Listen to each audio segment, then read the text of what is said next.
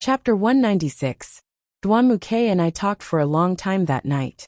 We talked about some random things, but he was very good to me. Unlike the past, he didn't touch me. He just hugged me and talked for the whole night. We didn't sleep for long. Around 3 o'clock in the morning, the two of us were so sleepy that we fell asleep. We slept until 8 o'clock the next morning, when we woke up. Fortunately, there was still time. The two of us hurriedly tidied up and went downstairs. Auntie had already prepared breakfast. Suri and Xinyao had also woken up. During breakfast, Xinyao deliberately pushed Duanmuke away and sat next to me. I felt that she was being very mysterious. After eating for a while, Xinyao put her face in front of me. She looked at me with a perverted smile and said softly, "Sister-in-law, sister-in-law, did anything indescribable happen when you slept with my brother last night?" I glared at Xinyao. Afraid that Duanmuke would hear, I whispered to her, "Bad girl. You don't know my body's condition. You still want something to happen between me and your brother. What are you thinking in that little head of yours?" Xinyao looked at me with a smile and said, "I didn't think anything. Isn't this normal?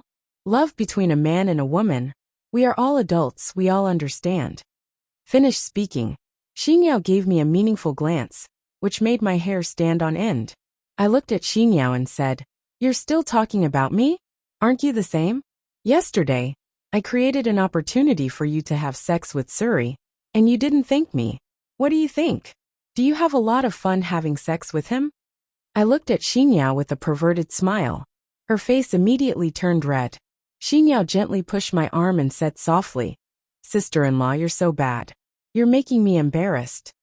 With a fried dough stick in her mouth, Xinyao leaned on my shoulder and acted cute. I glanced at Suri. He was talking with Duanmuke. His expression looked very serious. I looked at Xinyao and said, "Xinyao, look at Suri. He cares so much about you too. He even asked Duanmuke for advice. Look at yourself. Every day, you're always thinking about what could happen between me and your brother. It's like you've discovered a new continent. The difference in focus is too big." Xinyao sat up. She pouted and looked at me. Then she looked at Suri and Duanmuke and said unhappily, "Suri bro, what are you two talking about? Why are you two men sneaking around behind my sister-in-laws and my back?" Suri raised his head and looked at Xinyao. "It's nothing. Young Master K and I were talking about what kind of young people President Duanmu likes, and what kind of conversation style he likes. I was just trying to learn from young Master K, so we didn't talk about anything else." Xinyao suddenly froze. She looked at Duanmuke and asked, "Bro, is Suri really asking you these things?" Duanmuke held his coffee and said softly, "That's right. Suri only asked about our father's interests and hobbies. He said he was willing to cater to our father's interests for you. I told him everything I know about our father, nothing else." Xinyao curled her lips, looked at me and said softly, "All right, sister-in-law, you win." I looked at Xinyao and gently stroked her hair. "All right, there's no winning or losing between the two of us. I just want you to think more about your relationship with Suri. After all, if you two are going to get married, there are still many things you need to do." Duanmuke looked at me and said, "Shaoli, don't talk about Xinyao. You might not know her, but the more she acts calmly, the more nervous she is. She's the kind of person who doesn't show her emotions on her face. She's willing to hide everything and digest it herself. She should be more anxious than anyone else right now. This sister of mine has been the apple of our parents' eyes since she was young, especially my mother. She loves her a lot and spoils her to no end. All parents want to find a good man for their daughter. Xinyao should be very nervous right now." "Brother, you've exposed my little secret again." Xinyao looked at Duanmuke with an unhappy expression. Suri sighed. I could feel that he was also under a lot of pressure. At this time, Susu came to the table and sat next to Xinyao. Xinyao looked at her and smiled. "Susu, sister will be your sister-in-law, okay?" Susu was stunned for a moment. Then she looked at Xinyao and asked, "What's a sister-in-law?" Xinyao rubbed her head and said, "A sister-in-law is your brother's girlfriend. I'm the woman who will be with your brother for the rest of his life. I also want to give birth to a little niece or nephew for you." Susu thought for a moment, and then seemed to understand. She looked at Xinyao and nodded vigorously. I'm willing, I'm willing. I want sister to be my sister-in-law. I'm willing. I like sister. No, I like sister-in-law. We were all charmed by Susu's cute appearance and couldn't help but laugh. The atmosphere at the table became less tense. I looked at Xinyao. It was just as Duan Muke had said. Although she said that she was fine, she was actually very worried. Her eyes had already betrayed her. I gently patted Xinyao's shoulder and whispered into her ear.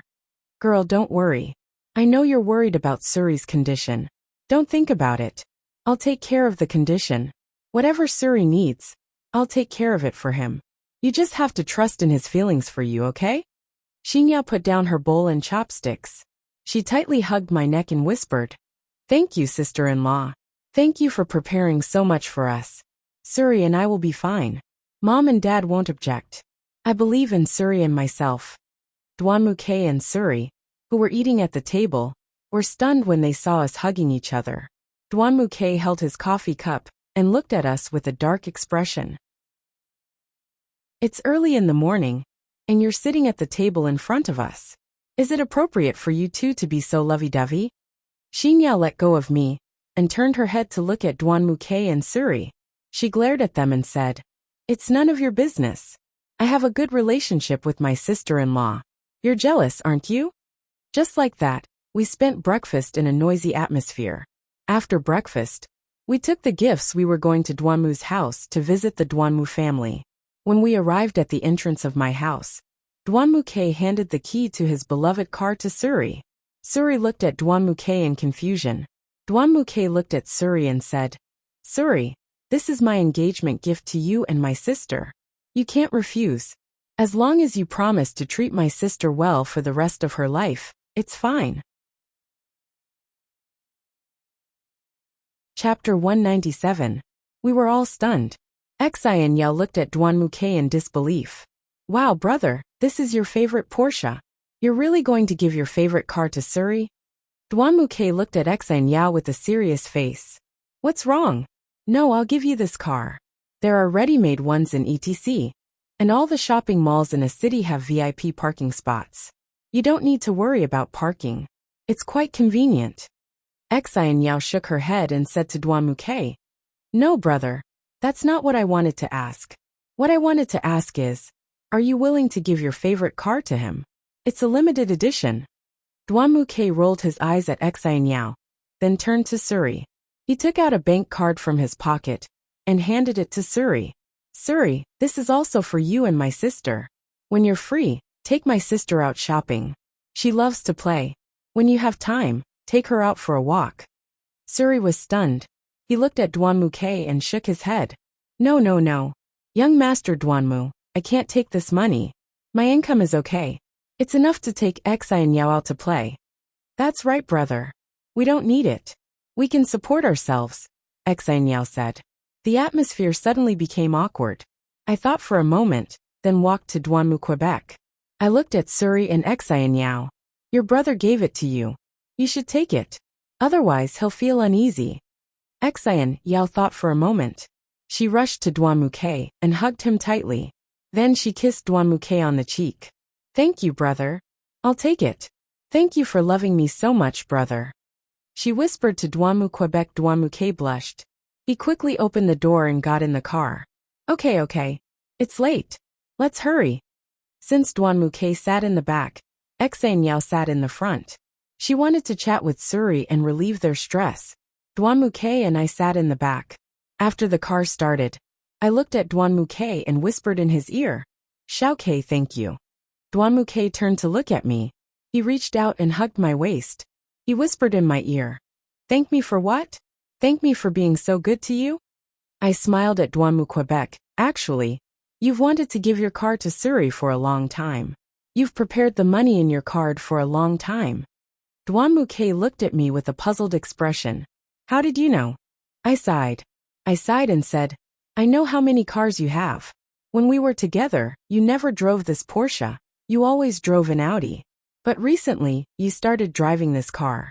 As for the bank card, before we divorced, I once saw a small box under your desk. Inside the box was that bank card. I carefully looked at the ending of the card number and the bank of the account. It was exactly the same as the bank card you gave Su-Rui today.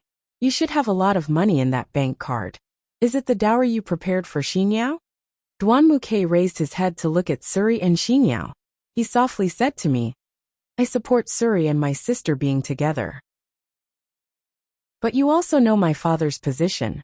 He always wanted to use my sister's marriage to exchange for his own benefits. The boyfriends he introduced to my sister before were all sons of rich businessmen in a city. Let's not talk about their looks first, but their intelligence couldn't keep up. My sister has always resisted, but how could she endure my father's torture? I saw it with my own eyes and my heart ached. When I confirmed the engagement with you, I also resisted, but it was all in vain. At that time, I thought that my tragedy couldn't happen to my sister.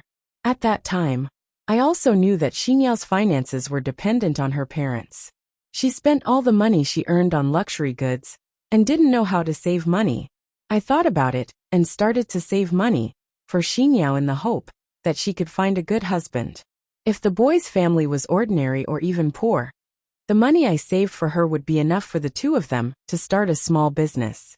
I nodded and looked at Duanmu Quebec. You're very thoughtful. How much did you prepare for them? Duanmu K moved closer to my ear and whispered, I didn't prepare much, just 1 million. I was stunned for a moment. I touched the bag in my hand and lowered my head. Duanmu K looked at me and asked, What's wrong? Are you not feeling well? I shook my head and looked at him and said, Actually, I was also afraid that Dad wouldn't agree to Su-Rui and Xinyao's matter. So before the marriage proposal, I already did my best to prepare for the two of them. The house has already been prepared. Su-Rui's job in the Red Tea Association has also been promoted to a high level. And then the things needed for the marriage proposal have also been prepared. Originally, I also wanted to prepare a car for him, but at that time, Xinyao told me that she already prepared one for him. So I thought that it would be better to prepare some money for them. So I also saved some money these few days, but it wasn't as much as you. I only prepared 500,000. Duanmu K looked at me and gently stroked my hair. Silly, they will understand our intentions. You don't have to worry anymore. Dad has me and Xinyao, so there shouldn't be any problems. I also hope that they can get married as soon as possible. I nodded, although Duanmu K was trying his best to comfort me, but I still felt very uneasy in my heart. As we talked, we arrived at Duanmu's house. The car drove into the courtyard, and we got out. The housekeeper greeted us at the door. We walked into the living room. Duanmu Tachio and Xiao Fingyao were waiting for us on the sofa. After a few simple greetings, we sat down on the sofa. Suri looked at me, and I nodded at him. Suri gathered his courage and looked at Duanmu Tachio. Uncle, I came here today to talk to you and Auntie about something. Duanmu Tachio nodded and looked at Suri. You want to talk about the marriage proposal, right? We were all stunned. It seemed that he already knew. Suri was stunned. He looked at Duanmu Tachio with a sincere expression. Uncle, so you already know. Can I tell you what I think? Duanmu Tachio nodded. Sure. Let's go. We'll talk in the study. Then he stood up, and the rest of us followed. Duanmu Tachio turned to look at us. Yao Yao, you guys wait outside and chat with your mother. Suri, come with me. Chapter 198. Suri turned to look at me. I nodded and told him to go in. Actually, I was worried that something might go wrong if he and Duanmu Tachio talked alone. Duanmu K reached out and patted my shoulder, telling me not to worry. The three of us sat down on the sofa. I glanced at Xinyao. She was biting her fingers as she stared at the door of the study. Her expression was very serious. I knew that she was worried the most right now, but I didn't want to disturb her thoughts. I could only sit by her side silently. Xiao Fingyao looked at me and smiled. Xiaoli, long time no see. How have you been? I came back to my senses and smiled at Xiao Fingyao. Mom, I've been good. How have you and Dad been? We've been good. We are also very good. I heard from Yao Yao and Kay, that your relationship with Kay is very good. We are also very happy. Kay treated you so badly at that time, but you didn't lower yourself to his level. In fact, your father and I still hope that the two of you can remarry. I can also see that Kay still loves you very much. Although he still hasn't recalled the memories of the two of you together, we can also see how he feels about you. So Xiaoli, you should think about it. I glanced at Duanmuke, and he was also looking at me. I couldn't directly refuse, but I also couldn't agree. I smiled at Xiaofingya and said, Mom, I still have a lot of things to do in the Red Minghui. I'll think about it after I'm done. Actually, Xiao Ke is very good to me, and I can feel it. Mom, don't worry, I'll think about it. Don't worry. Xiaofingya smiled at me. If you're busy, you should take care of your body. Don't tire yourself out. Duanmuke glanced at Xinyao, then at Xiaofingya. Mom, I think Xinyao won't be able to leave the study for a while. How about this? I'll take Xiaoli to the garden. The garden has been renovated, and Xiaoli hasn't seen it yet. I was stunned and looked at Duanmuke back. I didn't understand what he meant. Did the garden really get demolished? Xiaofingya looked at us and said, Okay. You guys go. When it's time for lunch, I'll ask Auntie to call you. Then, Duanmuke pulled my hand and led me to the garden. Duanmuke brought me to the garden. From the outside, it looked the same as before, and I couldn't see any changes. Duanmuke pulled me into the garden. As soon as I entered the garden, I was stunned by the scene in front of me. There was a new flower pond in the place of the abandoned rose pond. It was full of roses, and there were several rattan chairs next to the rose pond. If there was any change, it would be that it looked even more beautiful than before. I stood by the flower pond in a daze. Duanmuke stood behind me and hugged me from behind. He softly said, How is it? Does it look good? I nodded and said to Duanmuke, Why did you suddenly want to renovate this place? Duanmuke hugged me tightly and said to me, I know you like the rose pond. When I destroyed your rose pond back then, I saw how heartbroken you were. I felt sorry for you. So I found the best gardener in a city to come to my house and make this rose pond. My parents didn't care about me, so I could do whatever I wanted. After I was done, I realized that it could actually be so beautiful. In the past, I was never interested in flowers and plants. But ever since I had feelings for you, all my interests and hobbies have changed a lot. Hearing Duanmuke say that, my heart felt warm. Duanmuke stood in front of me and hugged me. He gently stroked my hair and said, Xiaoli, thank you. You changed my bad temper and made me calm down a lot when I encounter things. I never thought that I would change my nature for a woman, but you changed me. I don't regret it at all. I like these changes because they let me experience my own heart. I understood the meaning of Duanmuke's words. I looked at Duanmuke and said softly, Thank you for preparing so much. I just told Mother that when I'm done, I'll think about the two of us. I hope you can give me some time. Duanmuke held my shoulder and looked at me. Xiaoli, I won't force you. I know that Han Hao also likes you. I also said that I want to compete with him fairly, so don't think too much. You have your own things to do. I understand, silly. I'll always be by your side. Duanmuke gently kissed my forehead. Young master, young madam, are you there? The housekeeper's voice came from outside the garden. Duanmuke raised his head and shouted, I'm here. What's the matter? Young master. Madam asked me to call you and young madam. She said that master and young master Suri have finished talking. Madam asked you to return to the living room. Okay, I got it. Duanmuke turned his head and looked at me. Xiaoli, let's go back and see how things are going with Xinyao and Suri.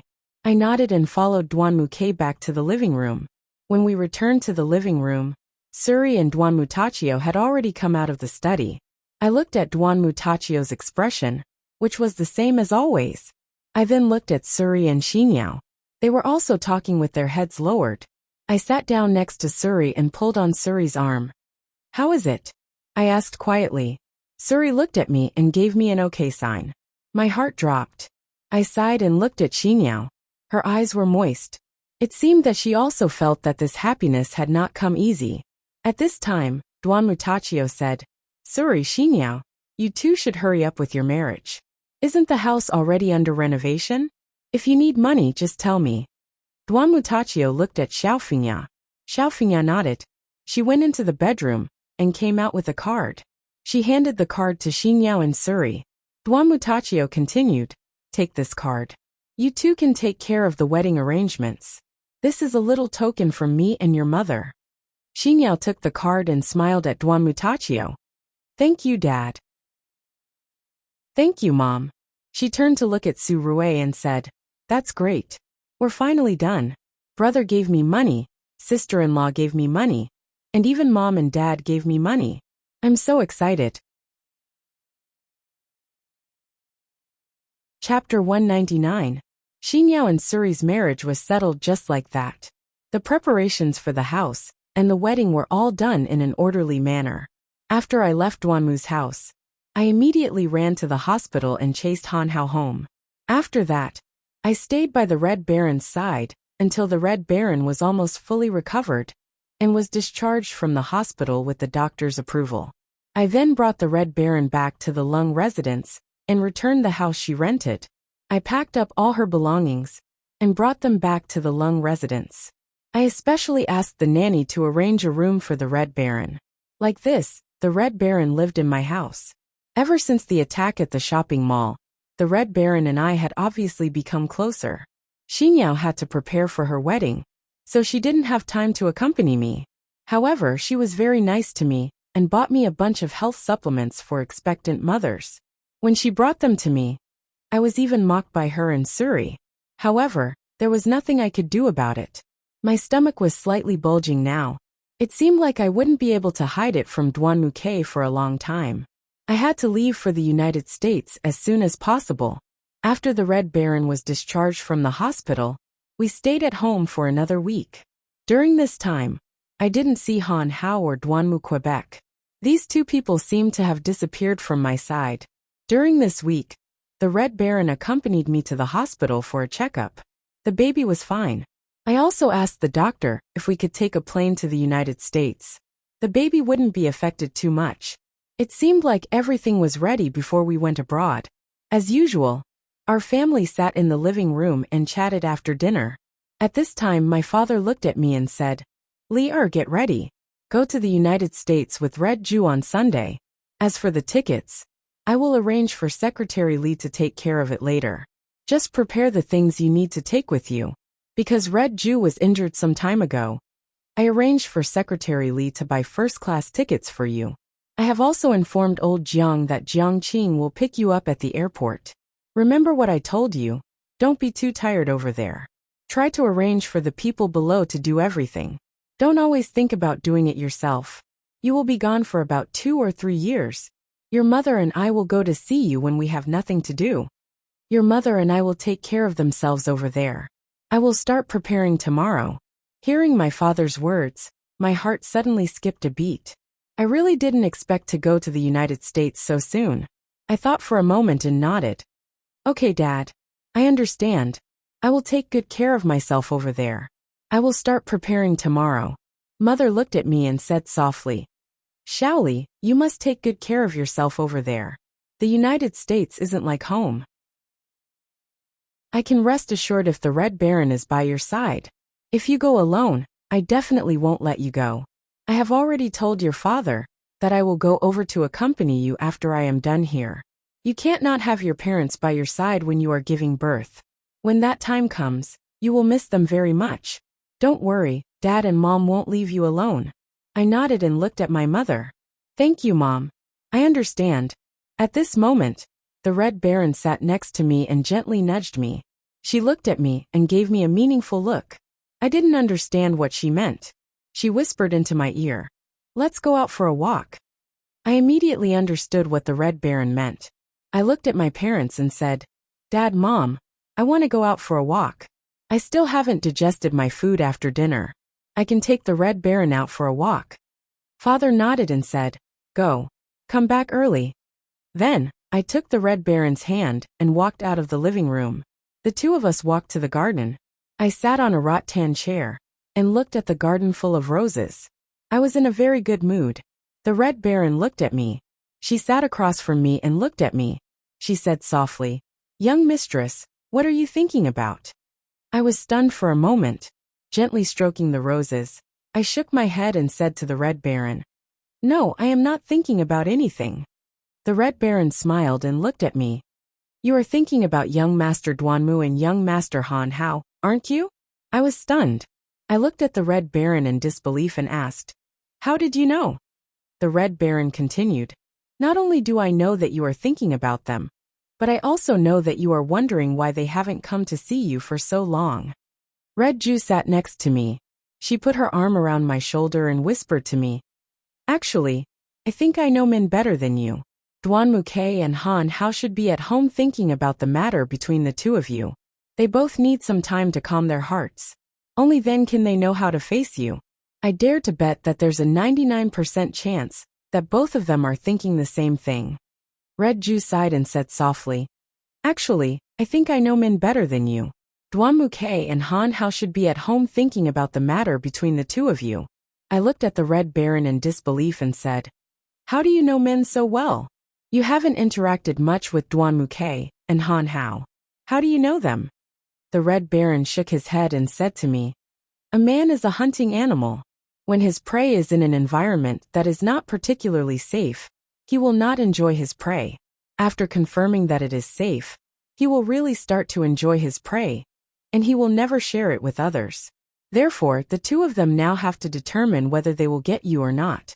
Only when they get you, will they be qualified to possess you. Moreover, the young lady's character is so strong. She is definitely not the kind of woman who will easily give in, so they must think carefully about it." I sighed and looked at the Red Baron. "Forget it. Let's not think about it. Anyway, we are leaving on the weekend. You have to promise me that you will keep this a secret from them. You can't tell Xingyao and Suri either. I have to find an opportunity to tell Dad and Mom. I can't let them tell anyone else." The Red Baron nodded and smiled as she gently caressed my face. She stayed by my side. The two of us sat next to the rose pond without saying a word. We just sat there silently and felt the breath of the wind. The wind blew my hair messily, and my heart trembled. The next day, the Red Baron and I simply packed our luggage. There weren't many things to bring to America, and the branch there would also prepare for us. I thought about it, and specially bought some local specialties to bring over. I hadn't seen Uncle Jiang and Jiang Qing for a long time. Although we talked on the phone, it was still not as intimate as when we met in person. Moreover, I heard from Jiang Qing that he was already engaged with his girlfriend, Cece, in America. They said that they would get married after I arrived. I thought about it and felt that as his eldest sister, I should also prepare a wedding gift for him. Therefore, I shopped with the Red Baron for a long time and picked out a very good gift. Chapter 200. When it was time to leave for the United States, the whole family woke up early. My mother was busy preparing my luggage for me for a long time. My father also got up very early. He sat in the living room and told us what to do. Red Baron didn't have a lot of luggage. In addition to 2 suitcases of clothes, she was also holding a doll that looked very old in her arms. I knew that this doll had accompanied her since she was a child. It meant a lot to her. Although it wasn't a treasure, in Red Baron's eyes, she was the most precious thing. I, on the other hand, had to carry at least 5 or 6 suitcases. I suddenly felt worried. My father looked at me and said, "Li Er, why don't you ask Suri to come and give you a lift?" "No, Dad." I quickly stopped him. I looked at my father and said, "Dad, I don't want to tell anyone that I'm going abroad, so don't look for Suri. We'll take a taxi to the airport later. I can check these things in."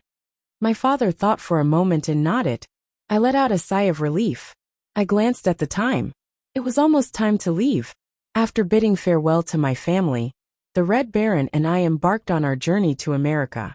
After more than 10 hours of flight, we finally got off the plane and arrived in America. I couldn't help but take a deep breath. I hadn't set foot on this land for a long time. After taking out our luggage, the Red Baron and I walked out of the airport. As soon as we reached the exit, we saw Jiang Qing. He was always so eye-catching. He had a lollipop in his mouth. He saw me in the crowd and jumped up and waved at me. I shook my head helplessly. The Red Baron and I dragged our luggage over to Jiang Qing. Jiang Qing was stunned when he saw me. Then, he pulled me into his arms and patted my back vigorously. "Missy, you're finally back. I missed you so much, so much." Jiang Qing's grip was too strong. He had only patted me twice, but I already felt that I couldn't take it anymore. Just as Jiang Qing was about to raise his hand, the Red Baron grabbed his wrist. Jiang Qing was stunned. He tilted his head and looked at the Red Baron with a serious expression. I took the opportunity to escape from Jiang Qing's embrace. The Red Baron smiled at Jiang Qing and said, "It's better if you don't pat her. Missy's body won't be able to take a third pat." Jiang Qing furrowed his brows. He looked at the Red Baron and asked, "Who are you?" Then, he shook off the Red Baron's hand. "Let me introduce myself. I'm the Red Baron. I'm the personal bodyguard who came to America with Missy. If you pat Missy's back like that, I'll get angry." Jiang Qing pursed his lips and turned to look at me. I nodded, confirming that the Red Baron's words were true. Jiang Qing looked at me, then at the Red Baron, and then at me. He suddenly broke down and threw himself into my arms. He hugged me tightly and said, "Missy, I'm so scared. Missy, look at the Red Baron. He's grabbing my arm and it's hurting me. Missy, look at him." Red Baron's expression was the same as mine. We were both shocked by Jiang Qing's actions. I patted Jiang Qing's shoulder and pushed him to the side. Then I walked over to Red Baron and said softly, "Don't be afraid. He's just like that. When he knows we're on the same side, he's scared. He's not like that to outsiders, but he's very manly." Jiang Qing is in charge of a lot of things in the Red Tea Association's North American branch. He's a very capable person, and is also a famous local DJ. It's just that his personality is sometimes like a child, but only to people close to him. The Red Baron nodded thoughtfully. She looked at me and said, "I understand. I will definitely become good friends with him." Actually, I originally thought that the Red Baron's cold personality wouldn't be able to get along with Jiang Qing, but I was completely wrong. The two of them talked very much on the way back to the club. From video games to entertainment and fashion, the two of them really had the same interests and hobbies. Sitting between them, I suddenly felt like I didn't fit in. But I couldn't say anything, so I could only brace myself and listen to the two of them talk nonstop. We finally arrived at the entrance of the club. Uncle Jiang was already there with a group of people to welcome us. When I got out of the car, Uncle Jiang hurried over. Uncle Jiang took my hand and whispered to me, "Shaoli, you're back. That's great. Everyone missed you." I smiled at Uncle Jiang and said, "Uncle Jiang, let me introduce you. This is my personal bodyguard, the Red Baron. My father arranged for me to come to America with him." I introduced the Red Baron to Uncle Jiang. "Hello, Uncle Jiang. I am the Red Baron." The Red Baron smiled and bowed to Uncle Jiang. "Hello, hello. It's rare for the young miss to have such a good bodyguard by her side. It's really rare. Welcome to Red Minghui's American Club." Uncle Jiang smiled very happily. I looked at Uncle Jiang and said, "Uncle Jiang, you've worked hard during this time. You've been busy with everything in the club. You've worked hard, Uncle Jiang." "It's what I should do. No need to say thanks. Let's go in and chat. Everyone must be hungry. It's already prepared. Everyone come in." I nodded and followed Uncle Jiang into the club. On the way to the club, Uncle Jiang whispered to me, "Shaoli, I received a call from your father.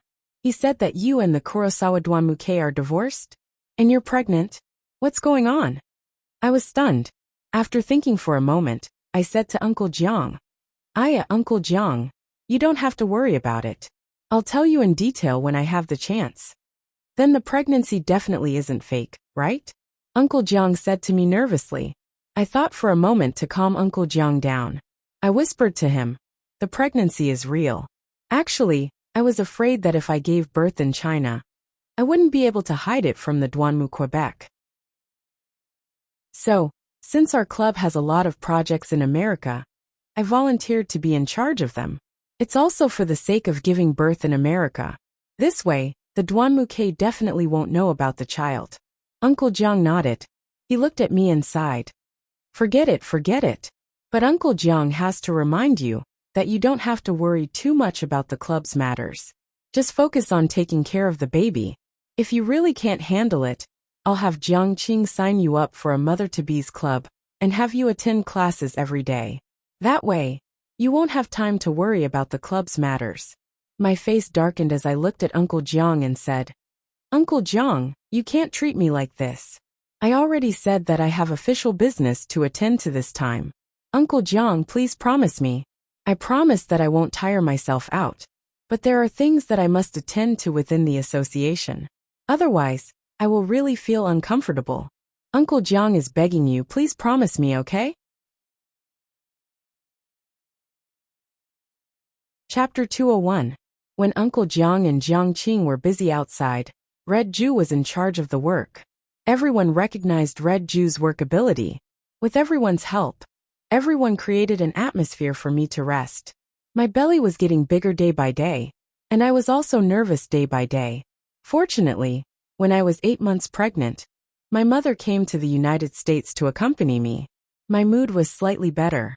After arriving in the United States, I cut off all contact with China. Everything was handled by Red Ju.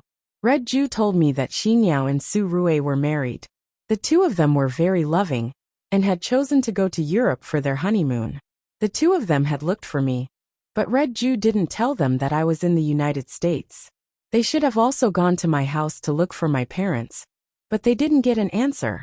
Red Ju said that Xingyao and Su Rui were already married. The two of them were very loving, and had chosen to go to Europe for their honeymoon. The two of them had looked for me, but Red Ju didn't tell them that I was in the United States. They probably also went to my house to look for my parents, but they didn't get an answer. As for Han Hao and Duan Muke, it was just as the Red Baron had guessed. At first, there was no news from the two of them, but after a few days, they started looking for me everywhere. My mother told me that Han Hao and Duan Muke had visited my house more than once or twice, and it almost drove my parents crazy. They pestered them every day to ask about my whereabouts, and I didn't know where they got the Red Baron's contact information. The Red Baron told me that she would receive a call from either Han Hao or Duan Muke every 3 or 4 days, and she couldn't not answer it.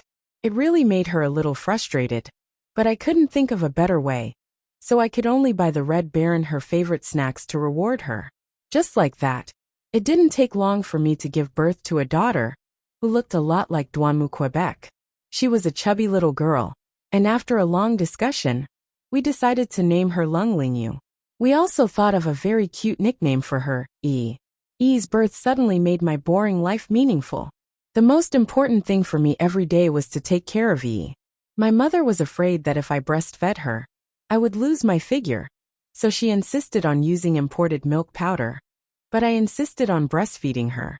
I knew that breastfeeding was good for the baby, and I felt especially happy every day when I looked at E. She was a good child who didn't cry or throw a tantrum. She would smile and greet familiar people when she saw them. And the way E smiled was very much like Duanmu Quebec. Looking at her was like looking at Duanmu K. And I still couldn't let go of him. When I was almost fully recovered, and E could crawl, my mother returned to the country. Jiang Qing, his girlfriend Cece, and the Red Baron all liked E very much.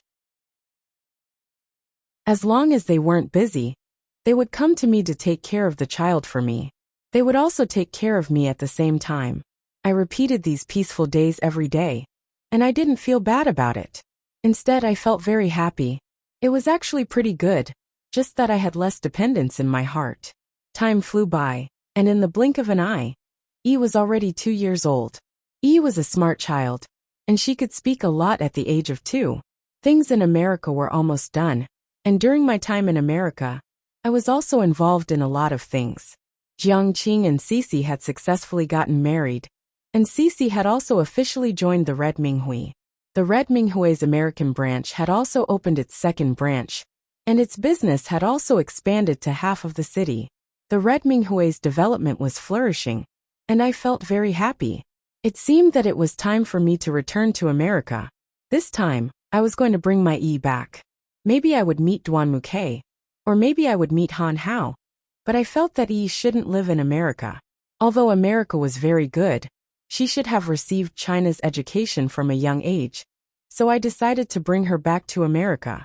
The day after I decided that E and I would return to America, I told Uncle Jiang my thoughts. After Uncle Jiang heard my thoughts, he thought for a long time before saying, "Shaoli, E is gradually growing up, so it's time to bring her back. After all, this place is different from China. And the people you love are also in China, so it's time to go back. Just as Uncle Jiang and I were chatting enthusiastically, Jiang Qing ran in from outside the door in a panic. He looked at me and shouted, "Missy! Missy! Hurry up and hide, quickly hide! There's a very fierce woman. She's barging in looking for you. I can't stop her, Missy, quickly run." I was already used to Jiang Qing's acting skills, and seeing his exaggerated expression, I was already used to it. But I guessed wrong. This time Jiang Qing didn't lie to me. "Cold glaze! Quickly come out! I know you're hiding here." This woman's voice was very familiar, and just as I was guessing who it was, Xinyao walked in from outside the door. At that time, I was stunned, and almost dropped Yi in my arms to the ground. "Xi and Xinyao?" I was stunned. Hugging Yi, I stared at Xinyao with wide eyes. Xinyao glanced at Jiang Qing, then looked at Uncle Jiang, and then turned her head to glare at me. She threw the bag in her hands to the ground, walked in front of me, and asked with her hands on her hips, "Sister-in-law, you've been playing hide and seek a bit too much. How long has it been? You've been hiding from my brother and Han Hao Gij, and now you've been hiding from me and Suri as well. I'm so angry, so angry. Now that I've caught you, you can't run away. Let's see what else you want to explain to me." This was the first time I'd seen Xinyao so angry, and I was stunned. I hugged Yi, and I didn't know how to explain it to her. At this time, Yi sat in my arms and pointed at Xinyao. In a childish voice, she called out, "Pretty auntie." Everyone present was stunned. It was only then that Xinyao realized that Yi was in my arms. She was stunned for a moment. Then she lowered her head and moved closer to stare at her. Yi saw that Xinyao had moved closer to her, but she wasn't afraid at all. She reached out to support Xinyao's face, and gently kissed her on the cheek. Xinyao was even more stunned. She looked at Yi and suddenly smiled. "Ah, she looks so much like my brother. Don't tell me. Oh my God, is this my niece?" Yi looked at Xinyao and reached out to her. "I want a hug." Yi's cute appearance made Xinyao fall for it. She reached out and hugged Yi, and kept saying, "So cute, so cute, so cute. I like her so much." Xinyao kept playing with Yi. Fortunately, she had already forgotten about her revenge. Xinyao turned to look at me. "Sister-in-law, the baby is so cute. What's her name?" I looked at Xinyao and smiled. "Her real name is Lung Lingyu, and her nickname is Yi. You should give her back to me. I'm afraid she'll like you, and then not like me." Chapter 202. Xinyao pursed her lips. She looked at me and said, "No way. I don't want to give you such a cute baby. Right, Little Yi? Little Yi and Auntie are the best, right? Xinyao, why didn't you wait for me? When you see Missy later, don't be too impulsive." "Missy." I turned my head to look at the door. Suri walked in with big and small bags of luggage.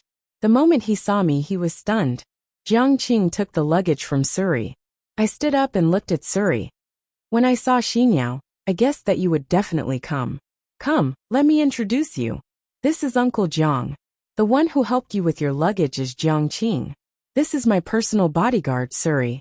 The one holding Yi is Duanmu Kei's sister, Duanmu Xinyao. She is also Suri's wife."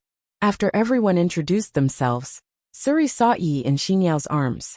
He looked at the baby, and then at me in disbelief. "Missy, is this your baby? It's so cute." I looked at Suri. "By the way, how did you guys find me?" At this moment, Xinyao turned her head to look at me. She shouted at me, "Sister-in-law, you still have the nerve to say that. If I didn't have a product launch event to attend in the US, and met the Red Baron at the airport as soon as I got off the plane, I would never have guessed that you'd be hiding here. I'm so angry."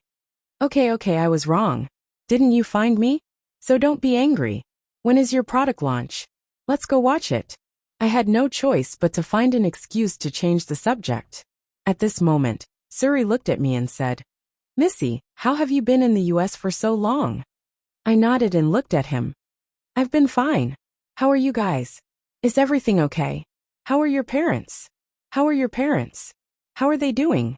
Suri nodded. "Everyone is fine. When you weren't here, Han Hao and Duanmu Kei always came to our house. Later, the president and his wife even went on a vacation for a month and a half. But they didn't come anymore. They probably couldn't find you, so they gave up. Of course not. My brother didn't give up. When I went home to see him, he wasn't in good shape. He didn't even smile. Mom and Dad and Mom asked him what happened, but he didn't say anything. We all felt for him, but we didn't know how to comfort him. Hearing Xinyao's words, I felt very uncomfortable. In fact, I missed him a lot. Now that I had put down the burden, I was ready to go back and tell him that I still loved him and that I was still willing to be with him. If he knew about Yi's existence, he would be very happy. At this moment, Xinyao looked at me and said, "Sister-in-law, my brother still doesn't know about Yi's existence. Are you going to bring Yi back to China and show her to him directly?" I shook my head. I haven't thought about how to tell him yet. I'll decide when I get back. What about you guys? When are you going back? Us. We also have to go back after the product launch. Why don't we go together? I nodded. Okay, I'm really happy to see you guys. Aya, this time I have someone to take care of Yi for me. It's rare that you like Yi so much, so I'll let you and Yi be alone for 2 days. I have something to take care of anyway. Suri, come to the meeting later. It'll be the last thing I have to do in the US. Suri nodded. Okay, I got it. In the afternoon, the few of us had a regular meeting. After we explained everything that needed to be dealt with in the United States, in order to celebrate the arrival of Xinyao and Su Rui, as well as to wish the success of Xinyao's new product launch, I decided to take everyone to Cece's bar in the evening to have some fun. There was still some time before the party, so I hugged Yi and lay on the bed to rest. At this moment, the Red Baron knocked on the door and came in. She saw that Yi had fallen asleep, then looked at me. It seemed that she wanted to talk to me. I saw that Yi was sleeping soundly, so she probably wouldn't be woken up. I got off the bed and followed the Red Baron out of the bedroom. When we reached the living room, I looked at the Red Baron and asked, "Did Jiang Qing tell you about the party tonight?" The Red Baron nodded. She looked at me and said, "Yeah, Jiang Qing did tell me. I'm looking for you because I have something to tell you. I just heard the news." I felt that what the Red Baron wanted to tell me was serious. I looked at the Red Baron and asked softly, "What's going on?" "I heard news from our country. It seems that there's a problem in Kurosawa. It's said that an insider stole Kurosawa's information and sold it to someone else. He also transferred 30% of the Kurosawa shares to an outsider. As long as more than 50% of the shares are transferred, the Kurosawa will belong to someone else. Right now Kurosawa is in a mess. Even President Duanmu doesn't know who's behind all this." I thought for a moment and looked at the Red Baron. "Is there any news about Xiao Ke? Does Xianyao know about this?" "I haven't heard anything from young Master Duanmu yet. Miss Duanmu has never been involved in Black Viper's affairs, so she shouldn't know. I think it's best if we don't tell her about this. Actually, Miss Duanmu's heart is very weak. She definitely won't be able to handle such a heavy blow." I looked at the Red Baron and asked, "How many people and funds do we have left in the country?" The Red Baron thought for a moment and looked at me. "We have 200 to 300 people. Our funds should be around 30 million. I nodded and said to the Red Baron, "How about this? First, contact our people in the association and transfer 5 million under my name. Then, use your own name to finance the Kurosawa. It should be able to relieve their pressure temporarily. We can discuss the rest when we go back. I can't count on Xianyao, so I can only ask you to do this for me. Oh right. Don't tell father and mother. I'll find a suitable opportunity to talk to them." The Red Baron looked at me thoughtfully. She smiled and said, "Miss, there's something I don't know if it's appropriate to ask you. The Red Minghui and the Kurosawa are clearly opposing forces. Right now, the Kurosawa is facing a crisis of collapse and bankruptcy. Why do you insist on using your own resources to help them? Is it because you can't let go of your love for Duanmu? I sneered. I looked at the Red Baron and said, "Maybe. I should help him. Although my ability is limited, I can't give up my love for him. I don't want to see him hurt, nor do I want to see him under pressure. Let's just think of it as me silently paying for him." Chapter 203. As Xinyao and Suri's trip to America was coming to an end, The day of my return to China was also approaching.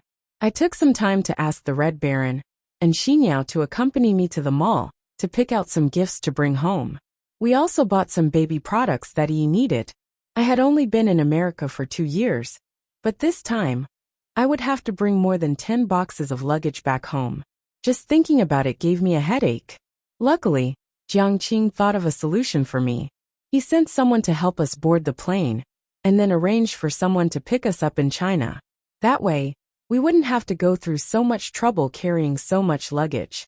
When we finally arrived at the airport, Uncle Jiang, Jiang Qing, and Cici came to see us off, especially Uncle Jiang. I had worked with Uncle Jiang for so many years, but this was the first time I saw such a sad expression on his face. Actually, Uncle Jiang was the one who liked Yi the most, including me. Uncle Jiang treated Yi like his own granddaughter, and took care of her meticulously. Although I had urged Jiang Qing and Cici to get married quickly, Uncle Jiang's feelings for Yi were even more intimate. Sometimes I would talk to Uncle Jiang about it. Uncle Jiang also felt sorry for me. He felt that it was hard for me to raise a child alone. So during the 2 years we were in America, Uncle Jiang tried his best to take care of everything by himself. He didn't let me work too hard, and created enough time for Yi and me. I still couldn't bear to part with Uncle Jiang. Uncle Jiang was like a father to me. Ever since I came to America to take over the branch, when I just came of age, Uncle Jiang was like a father to me, and also like a teacher. He taught me a lot of things, but after I returned to China, I still had a lot of things to do, so I could only say goodbye to him for now. When I have the chance in the future, I will definitely come and see him again. Red Baron, Suri, and Xinyao boarded the plane back to China. Because of our identities, Jiang Qing arranged for us to be in first class. Yi was very obedient. It was her first time on a plane, and she didn't make a fuss. She sat obediently in my arms and looked around from time to time. Yi really liked colorful things, which was very similar to Xinyao. Xinyao's style of dressing was bold, fashionable, and bright. Sometimes, I would tell her that she shouldn't wear too revealing clothes since she was already married. But I couldn't control her. Every time I told her that she had a great figure and good looks, she would say that I was jealous of her beauty. Although I wanted to refute it, I didn't have the energy to complain. On the plane, Yi kept running into Xinyao's arms. I hugged her tightly, afraid that she would bump into something. Xinyao didn't care about that either. She sat on the chair next to me, and kept playing with Yi. I had already drawn circles around her in my heart a few times. In the end, I really had no choice but to let go of Yi. Yi climbed up from the chair, and into Xinyao's arms step by step. She was an extremely smart little girl. She took advantage of the situation, and snuggled into Xinyao's arms. I looked at Xinyao with a dark expression. I whispered to her, "Xinyao, don't you think that he looks like you?" Xinyao smiled at me and said, "Of course, she's my niece. If she doesn't look like me, who else would she look like?" I covered my mouth and tried my best not to laugh. I looked at Xinyao and pointed at Yi. "Yi is just as perverted as you." After I said that, I couldn't help but laugh out loud. Red Baron, who was sitting next to me, also covered his mouth and laughed softly. Suri poked his head out from behind Xinyao and nodded solemnly. I laughed even louder. "You guys are so annoying." Xinyao pursed her lips. She hugged Yi and said happily, "I have to thank Yi. She gave me the inspiration. I've decided that for the next release, I'm going to launch a children's clothing exhibition. Just thinking about it makes me excited. Think about it. How cute would Yi be if she wore the clothes I designed? I like Yi so much." After she said that, Xinyao kissed Yi on the cheek. I nodded and said, that's a good idea. It'll save me a lot of money on clothes. The clothes you design are so expensive, I can't afford them. You can just give me the sample clothes. That way, I won't have to buy clothes for Yi. Wahahaha, just thinking about it makes me excited. Xinyao looked at me with disdain and said, "Sister-in-law, you're so bad. You're so rich, but you're still complaining that you're poor. When we went shopping before we came back, you spent tens of thousands on Yi's things. And you still have the nerve to tell me that you don't have money. You're so bad." At this moment the Red Baron interrupted. "Milady is right. She really doesn't have any money now. She just spent 10 million 2 days ago. When I heard the Red Baron say that, I quickly stopped her and told her to stop talking. The Red Baron looked at me helplessly and shook his head. 10 million? Sister-in-law, what are you doing? Buying a house or a piece of land? No, no, no. Are you planning to keep other beauties? You don't love me anymore. And you don't love the Red Baron anymore. Xingyao's imagination ran wild. I looked at Xingyao and shook my head awkwardly. I don't think too much. I still love you guys. I'm not keeping other girls, and I didn't spend that much money. Don't listen to the Red Baron's nonsense. Xingyao thought for a moment and said, All right then. You guys talk. I'm going to take Yi to the bathroom. Then, Xingyao stood up and left with Yi in her arms. As soon as Xingyao left, Suri sat next to me.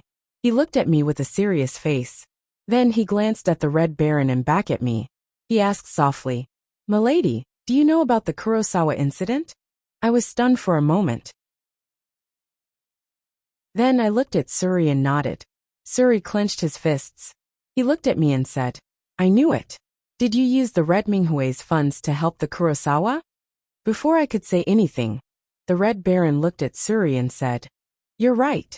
At first, she said she wanted to use 5 million. Later, she used 10 million. When she gave me the money, I was stunned. I really don't know what she was thinking. I looked at Suri helplessly and smiled foolishly. I really didn't know how to explain it to him. Then, Suri looked at me and said softly, Milady, are you crazy? If the president finds out that you used the Red Minghui's funds, he'll definitely be angry. Plus, you didn't use it for yourself. You used it to help the Kurosawa. The president will definitely be furious. Milady, you're playing with fire. I smiled bitterly and looked at Suri. I said softly, But I love him. How can I reject this reason? It's not like you don't know what I'm thinking. Surui shook his head helplessly. He looked at Red Baron, then looked at me and said softly, You two are too reckless. Forget it. The president will definitely find out after a long time. After we go back, Red Baron, let's think about what to do. At least we have to settle the account first. Chapter 204. All right. Let's not talk about this for now. Xingyao is coming back soon. Seeing that the bathroom light had turned off, I quickly stopped talking. When Xingyao came back, we pretended as if nothing had happened and took a quick nap. When we woke up, there was less than an hour before the plane was due to depart. We tidied up a little and prepared to depart the plane. It felt different when I stepped on my own soil. I was worried that Yi's environment overseas would be different from that in China, so I carefully observed her.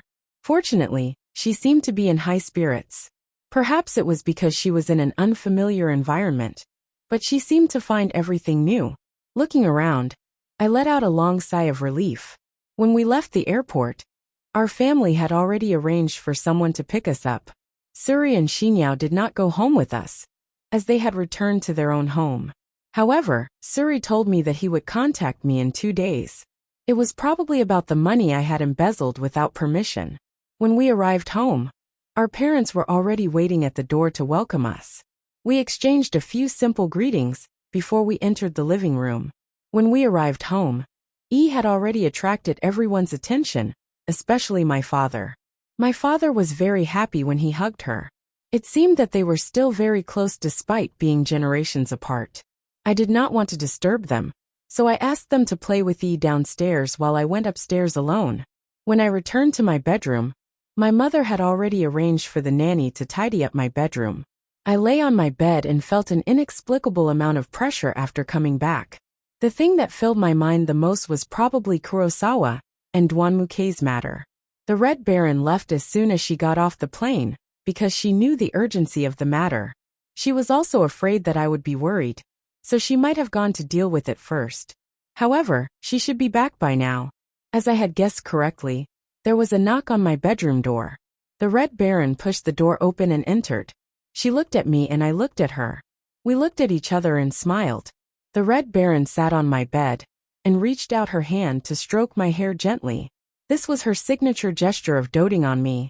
She knew that I was an insecure person, and only a simple comforting gesture like this could calm my heart.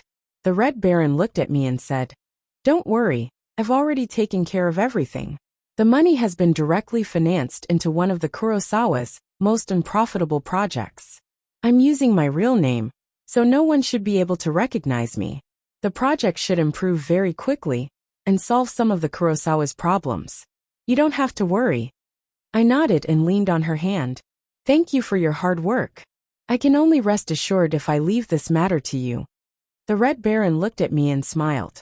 Don't mind what Suri said. He's doing it for your own good. He doesn't want you to take on too much responsibility for others.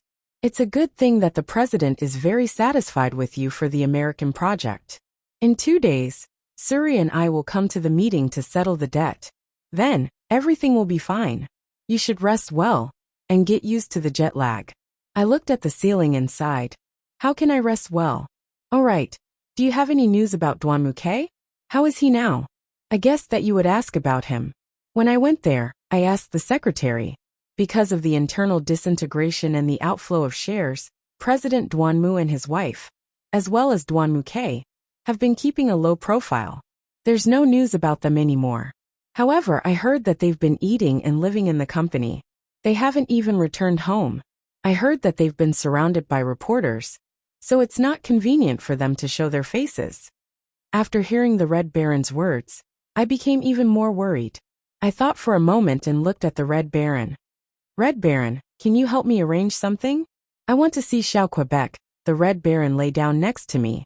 She looked at me and said, My lady, don't cause trouble at this time. Their company is almost in lockdown. You actually want to see him at this time? You're really crazy. Listen to me. It's not convenient for you to see him at this time. But how can I be at ease when something like this happens? Dad's health is not good. How can he take such a huge blow? I felt depressed. My mood was very gloomy. Indeed, no one would be happy if such a thing happened to them. I suddenly thought about it and said to the Red Baron, How about this? You help me contact Han Hao. He should know that I'm back. The Red Baron looked at me and sighed. All right, leave this to me. The Red Baron thought for a moment. Then she took out a bank card from her handbag and handed it to me. She looked at me and said softly, Take it. This is a little bit of my savings. I know that my savings are only the tip of the iceberg for the Kurosawa. But this is a small token of my sincerity. Don't touch the funds that you can use. If the chairman really finds out, I can't help you get away. Take it. I looked at the Red Baron in surprise. I took the bank card and asked her softly, This is your savings. Why are you giving it to me? You have nothing to do with the Kurosawa. The Red Baron reached out and touched my face and said softly, Because you are the eldest young lady. You are my first friend. You have difficulties as a subordinate. I have to help you out of my duty. As a friend, I also need to help out of friendship, don't I? You don't have to worry about it. I'll arrange a meeting with Han Hao for you. I hugged the Red Baron tightly. Actually, I knew that the money that the Red Baron gave me was the reward money that she had earned from every mission she completed since she started working for the Red Minghui. Although she earned a lot every month with her ability, it took a lot of determination to save up so much money. However, she gave me the money that she worked so hard to save up, which meant that she had to start all over again. My heart felt warm, and I was glad that I had made such a good friend. After chatting with the Red Baron for a while, the two of us went downstairs to prepare for dinner. When I went to the living room, I saw that my parents were still playing with E. E was really a good girl. She didn't cry or throw a tantrum even after playing with her parents for so long. I walked over and carried E into my arms. E leaned on my shoulder obediently. She was probably tired from playing, but she didn't feel tired because of her grandparents. I patted her back gently, and she fell asleep not long after leaning on my shoulder. I said goodbye to my parents and carried E back to her room. After I settled her down and waited for her to fall asleep, I went downstairs to eat with everyone in the living room.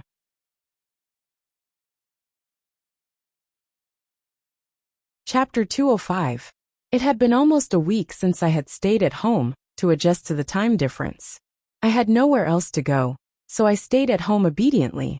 It was only during the Red Minghui's regular meeting that I showed up. The elders in the meeting greeted me warmly when they saw me, and they all knew about Yi's situation.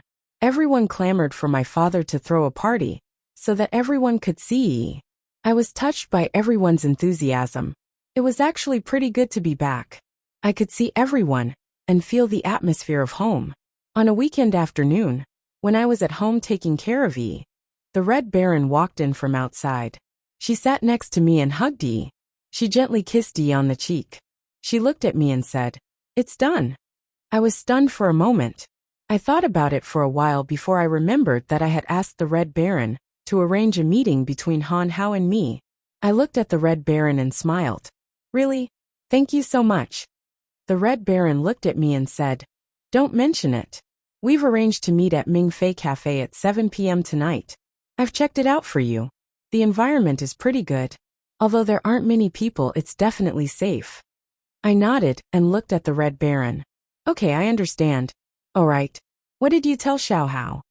"I called him and arranged to meet him. I told him that you're back." He was very surprised, but he agreed readily. "After we met, I told him about you. Of course, I cleverly avoided talking about the Kurosawa. It wasn't appropriate for me to talk to him about this. You should talk to him about it." He agreed without thinking about anything. "I think he really wants to meet you. After all, it's been so long. But I can tell that Han Hao's feelings for you are still the same as before." I was stunned for a moment and sighed. You know, I only have Duanmuke in my heart now. Although I'm very grateful to Han Hao, I can't be with him as a couple. I can't lie to my heart, and I can't lie to his feelings for me. The Red Baron put Yi down and looked at me. "Don't worry. I know your heart. I just want you to be mentally prepared. If Han Hao confesses to you, don't be shocked." I nodded. Right now all I could think about was the Kurosawa issue. Tonight, I had to talk to Han Hao and discuss with him how to solve this issue. It was almost time for the appointment. I simply dressed up and handed Yi to my parents. I told them that I had something to do and left. I drove to the cafe, but I didn't see Han Hao's car in the parking lot nearby. Maybe he changed his car or didn't drive here. I didn't know if he had arrived or not. I pushed the door open and walked into the cafe. The moment I entered, I saw Han Hao's figure. This place was indeed as Red Baron had described. The cafe's environment was very good, and there weren't many people. Han Hao was sitting in a booth by the window. I looked at his side profile. He was still as gentle and handsome as before. I straightened my collar and walked over to Han Hao. When I reached his side, he turned his head and looked at me. He looked very surprised. Han Hao stood up and hugged me tightly before I could say anything. I couldn't see other people's gazes. I could only feel Han Hao's heartbeat. Han Hao hugged me tightly. He stuck close to me and said softly, "Xiaoli, you're finally back. You're finally willing to appear in front of me." I could feel his excitement. My heart was very uncomfortable. I reached out my hand and gently patted Han Hao's back. I softly said to him, "And I'm back. Xiao Hao, let me go first. Let's sit down and slowly talk. There's still plenty of time." Han Hao let go of me. He pulled out a chair for me to sit in like a gentleman. Then he sat opposite me and looked at me. His expression was very gentle. He looked at me and said, "Xiaoli, how are you? You disappeared for such a long time and didn't contact us. How are you doing?" "Oh right. I heard from the Red Baron that you gave birth to a very cute baby. Why didn't you bring it over? Your baby must be as gentle and cute as you." I looked at Han Hao with a smile and said, "Yeah, I'm fine. It's because there's a project in America that needs to be carried out. I was preparing to give birth to a baby, so I took the project and went overseas with Red Baron. Because it took so long to complete the project, I came back after everything in America was done. The baby is very cute. Because she's still too young, it's not convenient to bring her out. So, I asked my parents to take care of her. I'll bring her out when I have the chance. When you come back, I'll bring it out." Han Hao looked at me. He paused for a while. Then, he looked at me and said, "Does Xiao Ke know that you're back? Does he know about you and the baby?" I shook my head and looked at Han Hao. "No, he doesn't know. I haven't looked for him in such a long time. He doesn't know anything about me. Now isn't the time to tell him. Let's wait for the opportunity in the future. You know about his situation." Han Hao looked at me in shock. It was as though I had found out about something very important. I nodded and looked at Han Hao. Yes, I know. I came here today because of this. He must be under a lot of pressure right now. He definitely needs help right now. I came here to ask for your help. Let me have the opportunity to help him. Han Hao looked even more surprised. He looked at me and said, How can you help? Xiao Ke didn't tell many people that he's getting married. You just came back to China. How did you know? Did Suri tell you? Why can't I help? Isn't it just marriage? I didn't know what I was talking about. The cup in my hand fell to the ground. The waiter heard the noise and immediately ran over to take care of it. I stared at Han Hao. I didn't know how to describe my feelings. Marriage? Han Hao looked at me and asked, Isn't it about the marriage? Is there anything else besides this? I shook my head and looked at Han Hao. No, it's about the Kurosawa internal problems. Someone stole the company's internal funds and privately transferred part of the company's shares to outsiders. Now the Kurosawa is facing an economic crisis. I'm here because of this. I'm afraid that he can't handle it alone. That's why I want to help him. Han Hao whispered to me. So it's about this. I thought you knew about Duanmukei's marriage. Xiaoli, listen to me. Pretend I didn't say anything. Pretend you didn't hear anything. Don't take it to heart.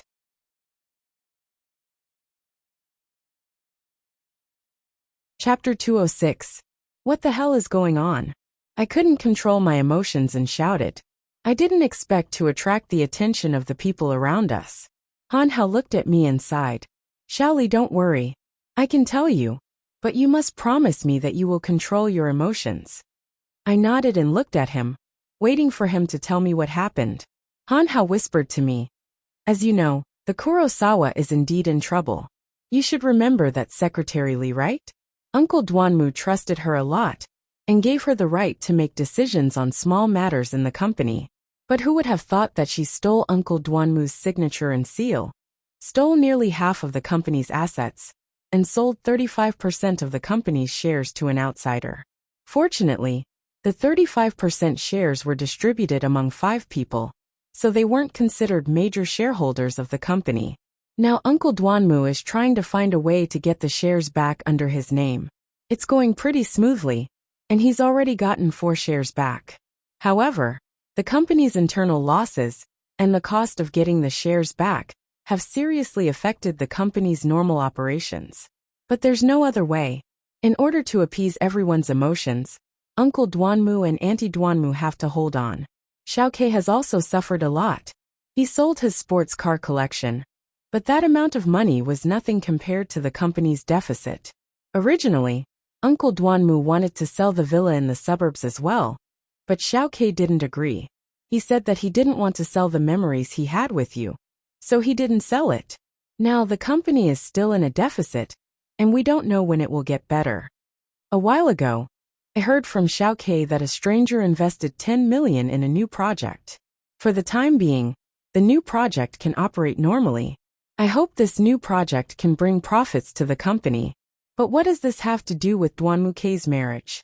Who knows when it might explode? Just when everyone was in a dilemma, this person who held 10% of the shares appeared.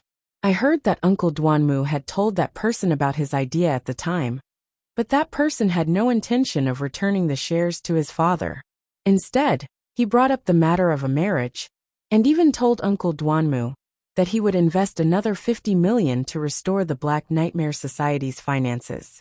If the marriage were to happen, not only would the shares be returned to his own hands, he would also be able to obtain an investment of 50 million. The pressure on the Black Nightmare Society would be greatly alleviated in an instant. In the face of such a huge benefit, Uncle Duanmu agreed without a second word. Little K, on the other hand, had been strongly opposed to this from the very beginning. But as you know, opposition is ineffective. How could he possibly fight against Uncle Duanmu? Up until now, he's been grounded at home by Uncle Duanmu. I've only gone over to see him occasionally. He's completely dispirited, cooped up at home all day, not going anywhere.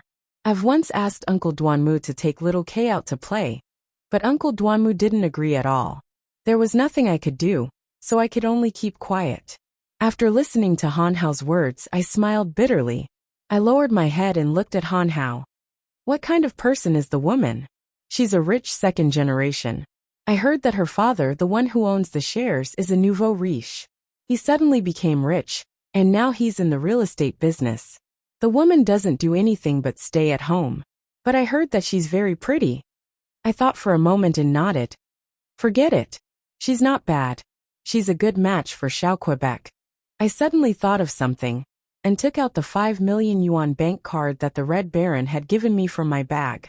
I also took out the 5 million yuan that I had saved, and put them together. I put the bank card on the table, and handed it to Han Hao. I looked at him and said, "Take this money and give it to Douanmu Quebec. His company is in such a big trouble, and I can't use the company's funds to help him. This is a little bit of my savings and the Red Baron's savings. Take it. I'm not feeling too well, and I'm a little worried about E. I'll go back first. If you have anything to say, I'll talk to you later." Then, I stood up and walked out of the coffee shop. I didn't know how I walked out. I felt like I was floating. Suddenly, my legs gave way, and I almost fell to the ground. Suddenly, someone reached out and pulled me into an embrace. I looked up and saw that it was Han Hao. He hugged me tightly and whispered, "Are you hurt anywhere? Why were you so careless? Why were you in such a hurry to leave?" I pushed Han Hao away and whispered, "I'm fine. I'm fine. I'm leaving." I pushed Han Hao away and turned to leave. But I didn't expect Han Hao to pull me into his embrace again. This time, I didn't avoid him. I grabbed his clothes and leaned against his chest and cried. The two of us hugged each other for a while. We couldn't feel the gazes of the people around us anymore. Han Hao hugged me and stroked my hair gently. "Xiaoli, don't cry. I know you're sad. Don't be afraid. You still have me. Don't cry. I'm sad too." Han Hao hugged me and listened to his comforting words. I cried even harder. Han Hao comforted me for a while and drove me home. On the way home, the two of us didn't say a word. Han Hao probably understood my feelings. He was afraid that if he said too much, he would hurt my heart. When we reached the door, I got out of the car and walked into the living room. I didn't care if Han Hao stayed or left. Han Hao followed behind me. I walked past the living room and went upstairs. I didn't even talk to the Red Baron who was sitting in the living room. I went into the bedroom and saw E sleeping soundly on the bed. I laid down beside her and gently stroked her body. My tears couldn't stop flowing again.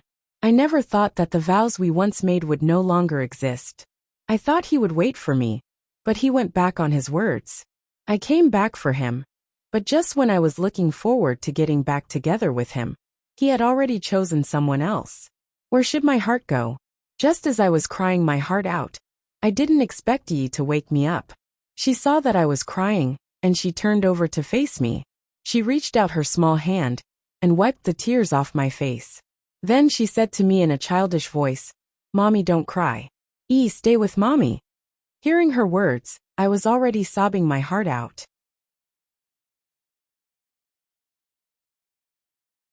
Chapter 207.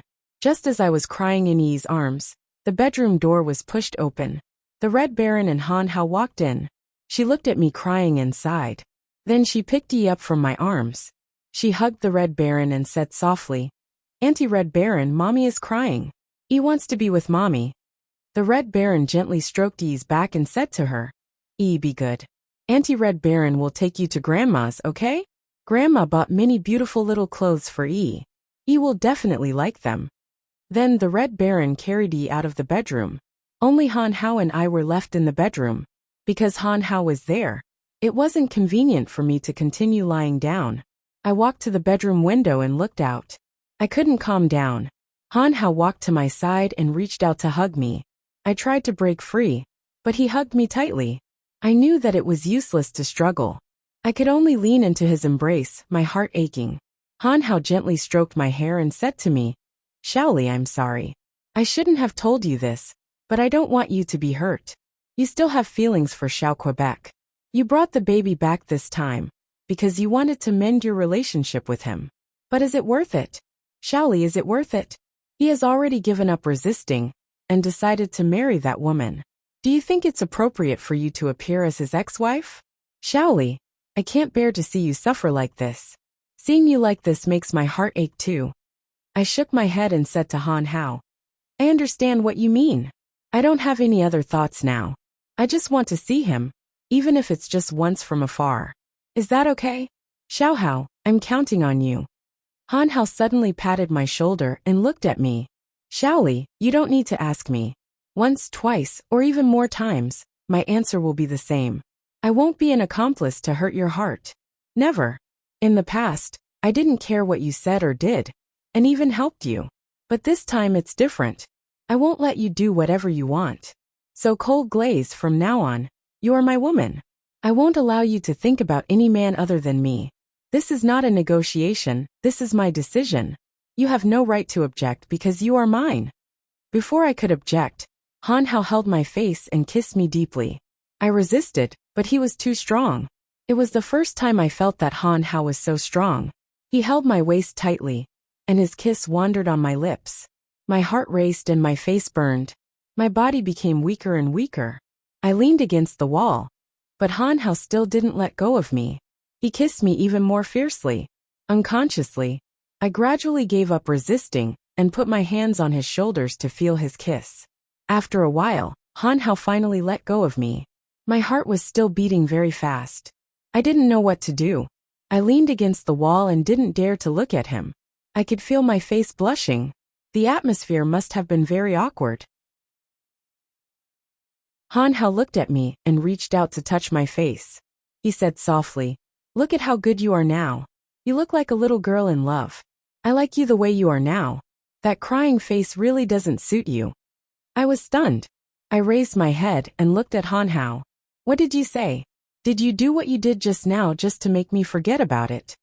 Han Hao looked at me and smiled. He held my face and kissed my lips again.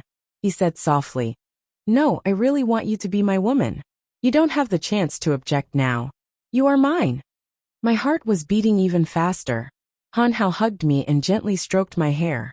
Silly, don't worry. You are mine. I will treat you well. I hope you won't reject me. This time, I can guarantee that you won't reject me.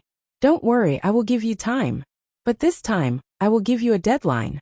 If you don't call, then don't call. I thought for a while and looked at Han Hao. I nodded. Han Hao held my face again and kissed me gently.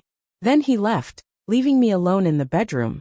If I didn't have any feelings for Han Hao, why didn't I resist when Han Hao kissed me? Instead, the feeling was very strong, as if I was about to fall into his hands. What should I do? I suddenly didn't know what to do. Just as I was feeling conflicted, the Red Baron walked in from outside. She stood at the door and looked at me. She couldn't help but smile. I looked at the Red Baron and asked, What? Why are you smiling so happily? The Red Baron walked to my side. She reached out and tidied my collar. She smiled and said, It seems like nothing happened. But looking at your rosy cheeks, I guess you are in a good mood. It seems that only Han Hao can cure you. But I am relieved. I pursed my lips and looked at the Red Baron. What happened? Nothing happened. How can he cure me? I didn't do anything wrong. Why does he have to cure me? I felt that I was starting to speak incoherently. The Red Baron looked at me and said, All right. Whatever you say. But this time, I really have to talk to you. You shouldn't cry in front of Yi. You are Yi's pillar. If you fall, what will happen to Yi? Isn't that right? Fortunately, Yi is obedient. You are not as sensible as Yi. Also, I heard about Duanmu Quebec. Since he has already chosen to marry that woman, you should stop fantasizing about him. Compared to him, I think Han Hao is much better. You should think about it carefully. As the Red Baron and I were chatting, the housekeeper knocked on the bedroom door and said that Suri and Xinyao had come. Before I could say anything about going downstairs to welcome them, Xinyao had already rushed into my bedroom and threw herself in front of me. Xinyao hugged me and said loudly, Sister-in-law, I have some bad news for you. You have to hold on. I turned my head to look at Xinyao and sighed. I know what's going on. Your brother's matter, I already know. Ah, is it about my brother's marriage? Sister-in-law, how did you know? Did Suri tell you? That can't be. Did the Red Baron tell you? That can't be. She doesn't care about these things. Sister-in-law, how did you know? Han Hao told me. He just came by. I looked at Xinyao.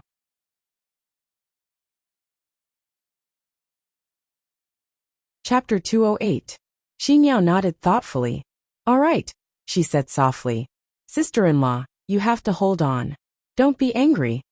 I smiled and looked at Xinyao and said, it's nothing. The two of us are already divorced, so there's no relationship between us. What's there to be angry about? As I said this, I suddenly felt a burst of pain in my heart. At this moment, Suri walked in and looked at me. Miss, Xinyao has already tried to contact Duan Muke, but she couldn't reach him on his phone. He wasn't at home either. She even searched all the places he frequented, but she couldn't find him. Later, Xinyao went to ask her parents and found out that her father had grounded Duanmu, Quebec. He didn't tell anyone, because he was afraid that someone would leak the news. He had been resisting before, but now he's not resisting and has even agreed to it. It's just that he hasn't shown up in public yet. I sighed and looked at Xinyao and Suri. Yeah, it's fine. I got it. It's all in the past. Xinyao reached out and hugged me. Sister-in-law, what are you going to do next? She asked softly. I thought for a moment and asked Xinyao, when is your brother's engagement party? Xinyao thought for a moment and said, Sister-in-law, it's the beginning of next month. Are you going to attend? I looked at the calendar. It's still early, so we'll talk about it when the time comes. For now, I just want to spend some quiet time with Yi. I don't want to think about anything else. The way things are now is pretty good. He's living his life, and I'm living mine. I don't need to let Duan Muke know about Yi's existence. If he finds out that he has a child, it might cause problems for his life. I don't want that to happen. But isn't Yi so pitiful? Her father is clearly not far away, but she can't acknowledge him. When Yi grows up, she might not accept her brother. This is too unfair to Yi. No, sister-in-law. You must talk to my brother about this. I shook my head and looked at Xinyao. No, I can't tell him. Also, there's no need to tell him. I've already decided to choose someone, so there's no need to tell him. So you don't need to worry about it. You just need to sincerely bless my life. Suri and Xinyao looked at each other, then looked at me and said, Sister-in-law, did you find Prince Charming? Who is it? Do I know him? At this moment the Red Baron smiled and said, Isn't that so? Missy has decided to be with Han Hao. And she just made the decision. In the face of the Red Baron, who was constantly undermining me, I was speechless.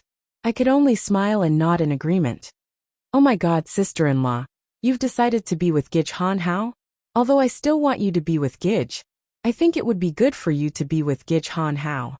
Since you've already chosen Han Hao, Suri and I will definitely support you, right hubby? Xinyao turned her head and asked Suri. Suri thought for a moment, then looked at me and said, Missy, you can do whatever you want. I will definitely support you. Just don't let yourself suffer. Han Hao is not bad. As for you and Duan Muke, I can only say that the two of you are not fated to be together. I smiled and nodded, then looked at them and said, All right, it's all in the past. Don't think too much about it. Aren't I fine now? Xinyao looked at me and patted my head, saying, As long as sister-in-law is fine, it's fine. I'm on your side. Actually, I've heard about the Kurosawa situation recently. I didn't expect that Secretary Lee to be like that, causing so many problems for us. Father, mother, and brother were all busy dealing with this matter. But then that person threatened them with a marriage alliance. Sister-in-law, you have to believe that brother definitely didn't want to. It was only because of father that he had no choice but to marry her.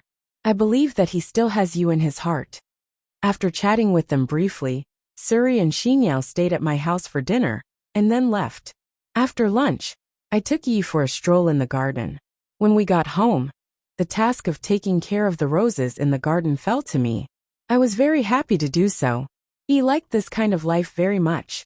She was still young, and it was going to be her 3rd birthday soon. Just in time for her to return to China, I decided to throw a birthday party for her. It was also to let the members of the Red Minghui know of her existence. Ever since I found out that the Duan Muke was going to remarry, I decided to let Yi participate in the Red Minghui's affairs in the future. No matter what, the Duanmuke was going to get married. So he definitely wouldn't come back to look for us. It was better to be strong in her heart. So what if she had to raise the baby by herself? Yi was so obedient she wouldn't make me unhappy. I put Yi on the ground, and she played by the side of the garden. She ran around, but she didn't wander off. She stayed within my line of sight. This was also what I had taught her since she was young. Although she was young, she understood. As I was playing with Yi, my phone suddenly rang. I picked it up and saw that it was a message from Han Hao. He wrote, "What are you doing? I'm guessing that you're taking Yi for a stroll in the garden right now." I looked around and didn't see any cameras around. I replied, "Did you install cameras in my house? How did you know what I was doing?" "Because we have telepathy." I received Han Hao's instant reply. Looking at his message, I smiled and glanced at Yi. She was still running around in the garden. I didn't reply to Han Hao's message. Actually, I didn't know whether I should accept him or reject him. My subconscious already knew that I still had some feelings for Han Hao. Just as my thoughts were running wild, my phone rang. I picked it up and saw that it was Han Hao. Just as I was about to answer the call, Yi ran over. She tugged on my skirt and looked at me. "Mummy, let me answer it. Let me answer it, okay?" I was stunned for a moment, but I still handed the phone to Yi. Yi took the phone and answered the call. "Hello, I'm Yi. It's Yi. Do you know who I am? I'm Uncle Han Hao." I heard Han Hao's voice. "Hello, Uncle Han Hao." Yi greeted him politely. "Hello, Yi. Yi, can you give the phone to Mummy and let Mummy talk?" Han Hao's tone was very gentle. Yi shook her head and said, "No, Uncle, you can talk to me." I was stunned by Yi's answer and couldn't help but laugh. Han Hao probably didn't expect Yi to answer him like that. I was also looking forward to seeing how Han Hao would respond.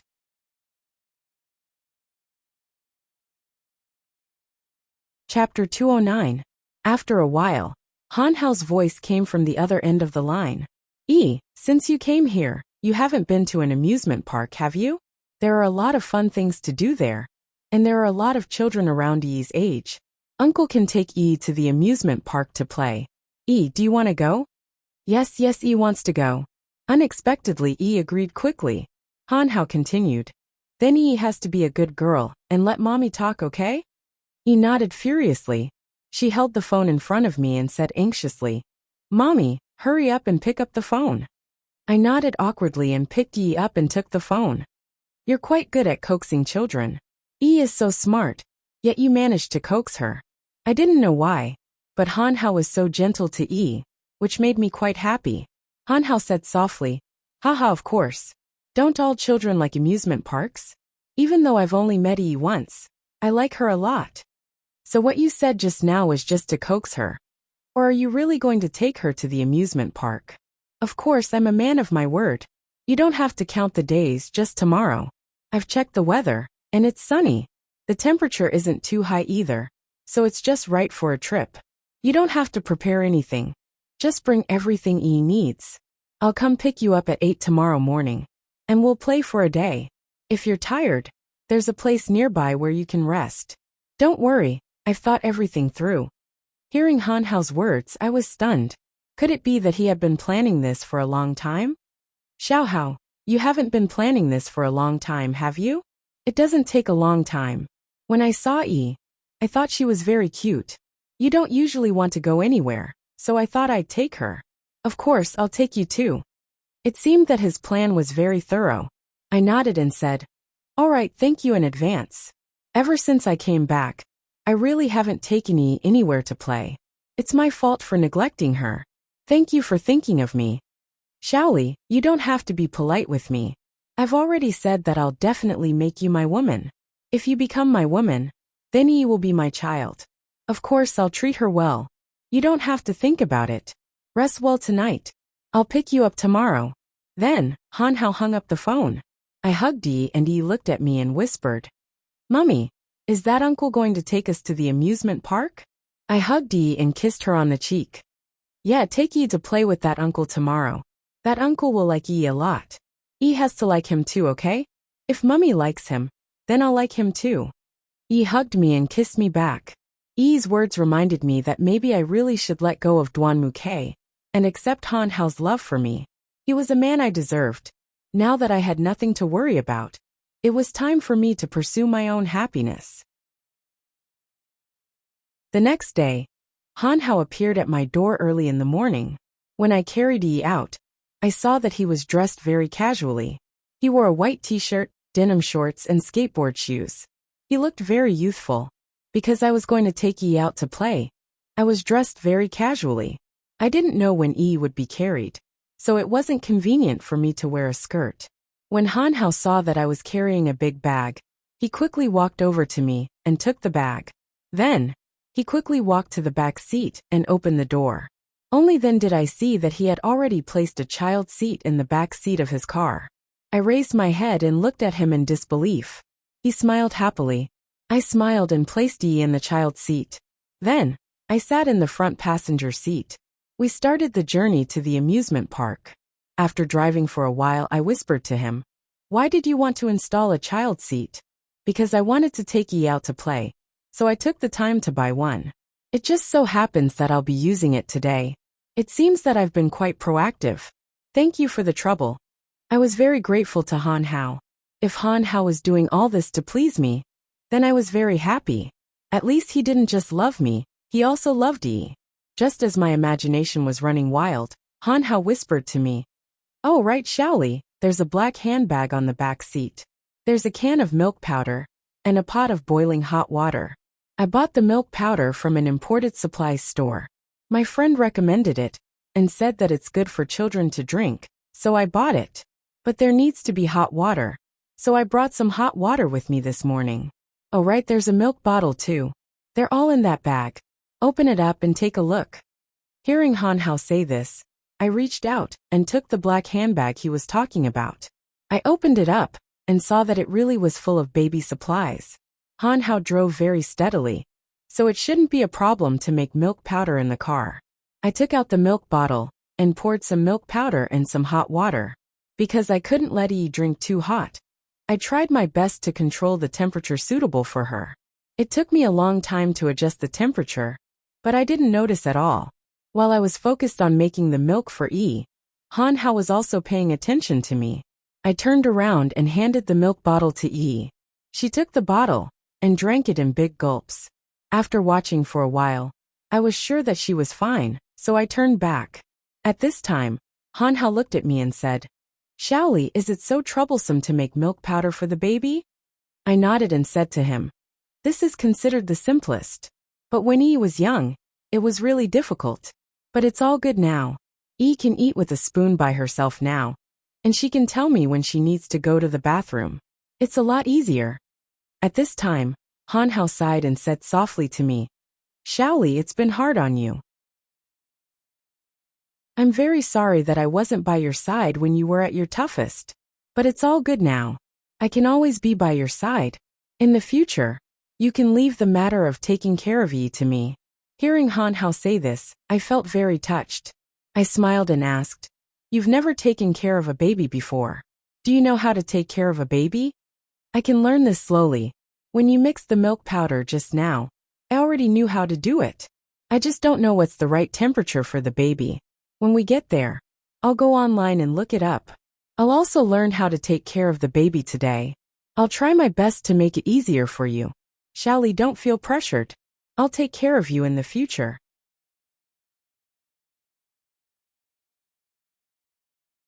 Chapter 210. I didn't know why, but when I looked at Han Hao, I suddenly felt that he was different from before. In the past, he had been unwilling to participate in anything, but now he had a sense of responsibility. In my eyes, he was no longer the child who could only endure silently. He had grown up, and I was glad. I hoped that I had made the right choice. I hoped that he could give Yi and me a happy and warm family. When we arrived at the parking lot of the amusement park, Han Hao parked the car. He got out of the car and put all the things he had prepared into his backpack. Then he put the backpack on, opened the door to the back seat and carried Yi. Yi must have fallen asleep after drinking the milk. She might have just woken up when Han Hao carried her. She still looked sleepy as she lay on Han Hao's shoulder, her small hands tightly wrapped around his neck. When I got out of the car, I happened to see this scene. I was very glad. This scene was just like a father carrying his daughter. It was a very heartwarming scene. Han Hao carried Yi and walked in front of me. He looked at the dazed me and asked, "What are you thinking about? Let's go. We should go in." Then, Han Hao extended his hand in front of me. He looked at me with a smile, indicating that he wanted me to hold his hand. I hesitated for a moment, but still reached out and held his hand. His hand was very warm. Han Hao's smile became even brighter. He held my hand and carried Yi in his other hand. We walked towards the entrance of the amusement park. After completing the entry procedures, we walked into the amusement park. I saw that Han Hao's backpack was too big, so after we entered the park, I rented a sightseeing car. Yi was fine too. Han Hao was in charge of driving while I carried Yi and sat next to him. We chatted and laughed along the way. Han Hao told me a lot of interesting things that had happened in the past 2 years, and I also told him about Yi's childhood. If there was a place that Yi liked along the way, we would stop and play with Yi. As soon as we got out of the car, Han Hao would not let me carry the baby. He would carry Yi and play with Yi. I would just stand nearby and take photos of them and watch them play. When we needed to walk, Han Hao would carry Yi with one hand and hold my hand with the other. It really looked like a family of 3 in an amusement park. When we walked to places with many people, many passers-by would exclaim when they saw us, "Look at how sweet that family of 3 is. Yeah, the man is so handsome, the woman is so beautiful, and the baby is so cute. What a happy family." The people around us all looked at us with envy. I blushed and whispered to Han Hao, "Xiao Hao, isn't this not very good? You're not married yet. It's not good for people to talk about you like this." Han Hao suddenly stopped and looked around at the people around us. Then, he lowered his head to look at me and smiled. He suddenly cupped my face and kissed me deeply on the lips. I was stunned by his sudden kiss and couldn't react. Han Hao's action caused the people around us to cheer. I blushed even harder and quickly pushed Han Hao away. Han Hao looked at me with a smile and reached out to pull me into his arms. The people around us sighed again. I had no choice but to lower my head and lean against Han Hao's chest. Han Hao hugged me with one hand and held me with the other. Even if I didn't see this scene, I knew it would be beautiful. After a while, Han Hao let go of me. He looked at me with a proud expression, as if he had won a battle. I blushed and lowered my head. There are so many people here. This is not good. Everyone is laughing at us. Is it? I feel like they're looking at us with envy. Moreover, didn't a lot of people say that we're a good match? Don't say that they're lying. Strangers' words shouldn't be lies. Han Hao blocked my rebuttal. I didn't even have the slightest leeway to refute. While the two of us were chatting, a man walked over from not too far away. He looked at me and Han Hao and greeted us with a smile. "Hello, I'm a photographer. I just happened to see the two of you being so sweet. I was attracted by your love and couldn't help but press the shutter. These are the photos I just took. I'll give them to you." I looked at the picture. It was a picture of Han Hao holding my face and kissing me. I blushed even harder. I looked at the man and said, "How can you do this? Secretly take pictures of other people. I don't want the picture. Hurry up and destroy it." I knew that I was just looking for an excuse to comfort myself. Han Hao stood in front of me and smiled at the man. He reached out and took the picture. "Not bad. Thank you. I will treasure this. By the way, can I trouble you to take another picture of our family of 3? My wife is a bit shy, so I will have to trouble you." The man was surprised, but then he nodded in agreement. Han Hao put his arm around my shoulder and stood there looking at the camera. I looked at Han Hao with an embarrassed face and said in a low voice, "Xiao Hao, what are you doing? Hurry up and explain to him that we are not a family. People have misunderstood us, and you still want to take pictures. What do you want?" Han Hao didn't look at me. He smiled at the camera and said, "Be good. Just think of it as accompanying me to take a picture. Look at the camera." I didn't argue. I turned my head and looked at the camera. Just like that, Han Hao and I took another picture together. Although I didn't know why I did it, I couldn't refuse. After walking around half of the amusement park, it was almost lunchtime. Han Hao had already prepared everything. He had prepared a picnic cloth and a variety of snacks. We chose a patch of grass that didn't have direct sunlight and had good air circulation. Han Hao had prepared many snacks, all of which were my favorite.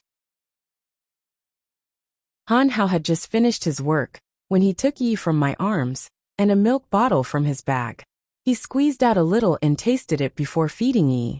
He looked at my worried face and said in a low voice, "Don't worry, I've kept this milk in an incubator. The temperature hasn't changed. I just tested it, and it's just right for the baby. Don't worry, I know what I'm doing. Oh, by the way, I also prepared osmanthus cake for you. It's your favorite. Eat more." After he finished speaking, Han Hao took out a paper box from his bag. He opened it and saw osmanthus cake inside. It wasn't the kind that could be bought outside. It was obviously handmade. I looked up at Han Hao. He was holding Yi and comforting her while holding the milk bottle, so that she wouldn't choke on the milk. He looked even more professional than me. I said to Han Hao, "Xiao Hao, you like Yi a lot, don't you?"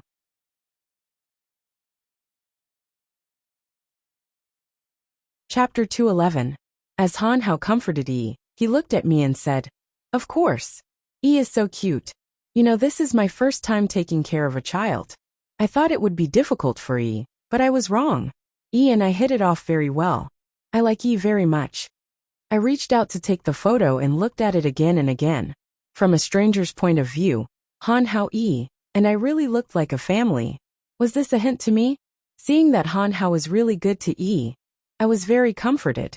I looked at Han Hao and said softly, "Xiao Hao, I have something to tell you." Han Hao hugged Yi and said softly, Tell me. What is it?" I glanced at Yi. She had just finished drinking milk and was a little sleepy. She lay in Han Hao's arms and closed her eyes. She looked like she had fallen asleep. I looked at Han Hao and thought for a moment. "Do you want to take care of Yi?" "What I mean is, do you want to take care of Yi with me?" "Of course I do. I like Yi. I will definitely take care of her." Han Hao was halfway through his sentence when he seemed to understand something. He suddenly looked at me in surprise and said, "Xiaoli, you agree? You agree to be with me?" My face was very red. I nodded and said softly to him, I agree to be with you. This time, I will not be with you as a friend. I will be with you as your girlfriend. Are you willing?" "I am willing. Xiaoli, I am willing. I have been waiting for this answer for too long. But now it is all worth it because I have been waiting for it." I saw tears in Han Hao's eyes. I had never doubted his feelings for me. I moved closer to him and looked at Yi, who was sleeping soundly in his arms. Then, I raised my head and looked at him. I reached out and touched his face gently. I kissed him on the cheek and hugged his neck. Leaning on his shoulder, my heart suddenly calmed down. It was as if I had found comfort and found a harbor. Yi was sleeping soundly in Han Hao's arms. Since it was Han Hao's first time taking care of a child, I was afraid that the same posture would make him uncomfortable. So I pushed the pram over and carried Yi into the pram. The little girl slept soundly after eating and drinking her fill. She just turned over and continued to sleep. I leaned against the tree and prepared to feel the cool breeze. Han Hao lay on my lap and closed his eyes, falling asleep as well. I gently stroked his face. It was the first time I looked at him like this, and I realized that Han Hao was really handsome. His looks didn't lose out to those celebrities at all. His skin was very white, and he was very good at dressing. His figure was also very good. No matter how I looked at him, I felt that he was a perfect man. Perhaps it was because he had taken care of the child for the whole morning, but he slept soundly. I was also very happy to see him sleeping soundly, and I felt that my mood was completely different. If love was that simple, then my love for Han Hao had already sprouted in my heart, but I had never admitted it. Han Hao slept for an hour before he woke up. I watched him sleep for an hour, but it didn't feel like a long time had passed. When he woke up, he got up and hugged me in his arms. He kissed me gently. I hadn't felt this kind of affection for a long time. We packed up and continued to walk around with Yi. There was still half of the amusement park we hadn't visited yet. More and more people came to play. After walking for a while, we arrived at a row of shooting dolls. A shop owner stood in front of his shop and said loudly, "Come and take a look. Today's shooting event has a big discount. If you hit 10 bullets in a row, you'll win the grand prize. If you hit 20 bullets in a row, you'll win the grand prize. I turned my head and glanced at his shop. The grand prize was a human-sized doll, and the grand prize was a luxurious mage meal for two. It seemed that the shop owner had spent a lot of money in order to make money. As soon as we arrived in front of his shop, the shop owner rushed in front of us and stopped us. He looked at us and said, "Hey, handsome, do you want to give your wife and child a grand prize? Your baby is so cute. Come and have a try." I knew that this was the shop owner's marketing strategy. I pulled Han Hao's shirt and asked him not to participate. Han Hao smiled and looked at me. Then, he looked at the shop owner and said, "If I hit 20 bullets in a row, the grand prize and the grand prize will be mine, right?" The shop owner was bewildered. Then he looked at Han Hao and said, "Of course. If you can hit 20 bullets in a row, they'll all be yours." I glanced at the shop owner. His eyes were evil. At first glance, I knew there was a problem. I didn't want Han Hao to be fooled, but Han Hao just smiled at me and took out the money. I pushed Yi to the station and looked at Han Hao. The shop owner handed him a gun. Han Hao didn't shoot straight away. Instead, he took the gun and studied it carefully. Although it was just a normal air gun, Han Hao's movements were so professional. After checking it, Han Hao looked at the shop owner and signaled that he could start shooting. After the shop owner was ready, Han Hao held the gun and stood 1 meter behind the shooting line to shoot. This was because many players would choose to sit and shoot from the shooting line. Only Han Hao would choose to shoot from a meter away. Not only was the shop owner stunned, but I was also stunned. While I was in a daze, Han Hao had already shot 5 bullets in a row, and every one of them hit. More and more people were watching. I didn't know that Han Hao was so good at this. I became more and more nervous. Seeing the 6th and 7th shots hit, I became even more nervous. Finally, when the 10th shot hit the bullseye, I couldn't help but scream. Han Hao put down the gun and looked at me with a smile. He pointed at his face. He wanted me to kiss him. My face was red. I walked up to him and kissed him softly. At this time, the shop owner's face didn't look good. He handed the doll to Han Hao, then looked at him and asked, "Do you want to continue with the 20-shot challenge?" Han Hao nodded and said softly, "Of course. My daughter's gift is in my hands, but my wife's gift isn't in my hands yet." The shop owner gestured for him to continue shooting. Han Hao handed the doll back to me and raised the gun again to aim at the bullseye. The first 2 shots were successful, but when Han Hao hit the 13th bullet, he missed the target. The people around us sighed. I looked at Han Hao and saw that his expression had become very serious. I was worried that he would be angry. I walked up to him and said softly, "Xiao Hao, don't be angry. How about we stop fighting and let's go? Yi's gift is already in her hands."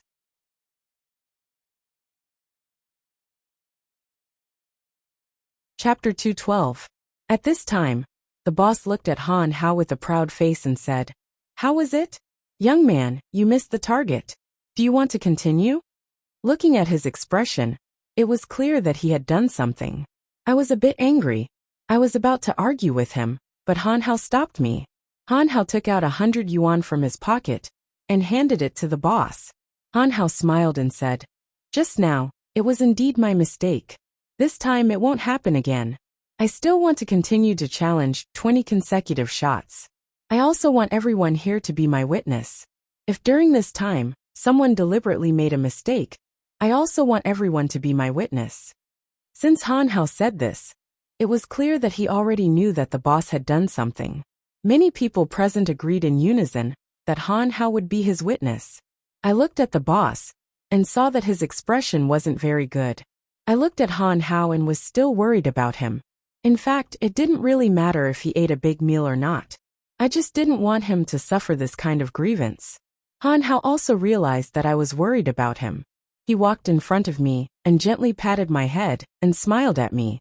I didn't dare to give him too much pressure. I could only stand by his side and silently accompany him in my heart. Han Hao raised the gun and aimed at the bullseye. He calmed himself down and started a new round of shooting. I was very nervous. I didn't know what would happen to him. I only hoped that he would try his best. I didn't want him to be unhappy just because of me. While my thoughts were running wild, he had already shot the 10th shot. Seeing that the number of shots that went wrong was about to reach, Han Hao continued to shoot the 11th and 12th shot. Suddenly, Han Hao changed his hand and aimed with his left eye. I suddenly had a question. Han Hao wasn't left-handed. Wasn't it obvious that he was going to lose? But I was wrong. He actually hit the 13th shot. Everyone present was stunned, including the boss. Han Hao then shot the 14th shot with his left hand and hit the target again. The scene was filled with cheers. At this moment, Han Hao glanced at the boss and sneered. He switched the gun back to shooting with his right hand. Just like that, there was only one shot left.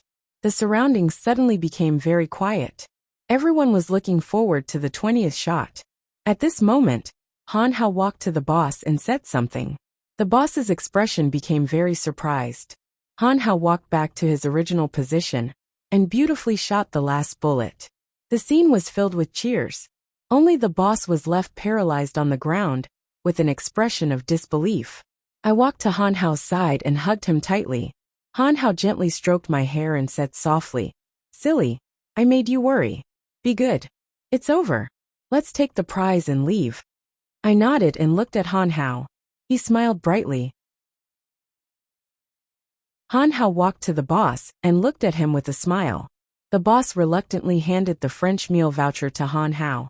Han Hao thanked the surrounding people who had helped to witness this. Then he walked to my side. He pushed Yi's cart, and I held his arm as we left the crowd. Han Hao seemed to be in a good mood. He placed the big doll on the cart, so that it wouldn't take up too much space. However, my mood was very complicated. I thought that the boss seemed to be a very serious person. He definitely wouldn't let Han Hao and me off that easily. It should be because of what Han Hao had said to the boss that he didn't do anything to Han Hao. Han Hao seemed to see my nervousness. Han Hao looked at me and said softly, "Dear, what are you thinking about? Why are you so engrossed in your thoughts?" I looked at Han Hao and asked, "I'm still thinking about what just happened. What did you say to the boss?" His expression suddenly became very surprised. What was going on? At that time, I was really scared. Han Hao looked at me and said softly, "It's very simple. The first time I shot, I felt that the first 10 shots were very smooth. By the time I shot the 11th and 12th shots, the gun was a little shaky. It was as if there was something wrong with the gun. So the first time I shot the 13th shot, I missed.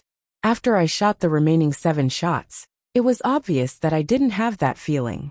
At that time I observed the boss. When I shot the 13th shot, his hand was in his pocket, so there must be some kind of device in there. That's why I missed. When I shot the second time, he tried to do something to that place again. But this time he made a mistake.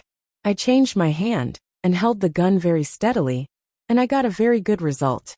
He almost couldn't control his emotions anymore. So I walked up to him and told him that I already knew his secret. If he continued to act like this, I would expose his scheme in front of everyone, and he wouldn't be able to continue operating here anymore. When the boss heard my threat, he simply stopped trying to do anything to me.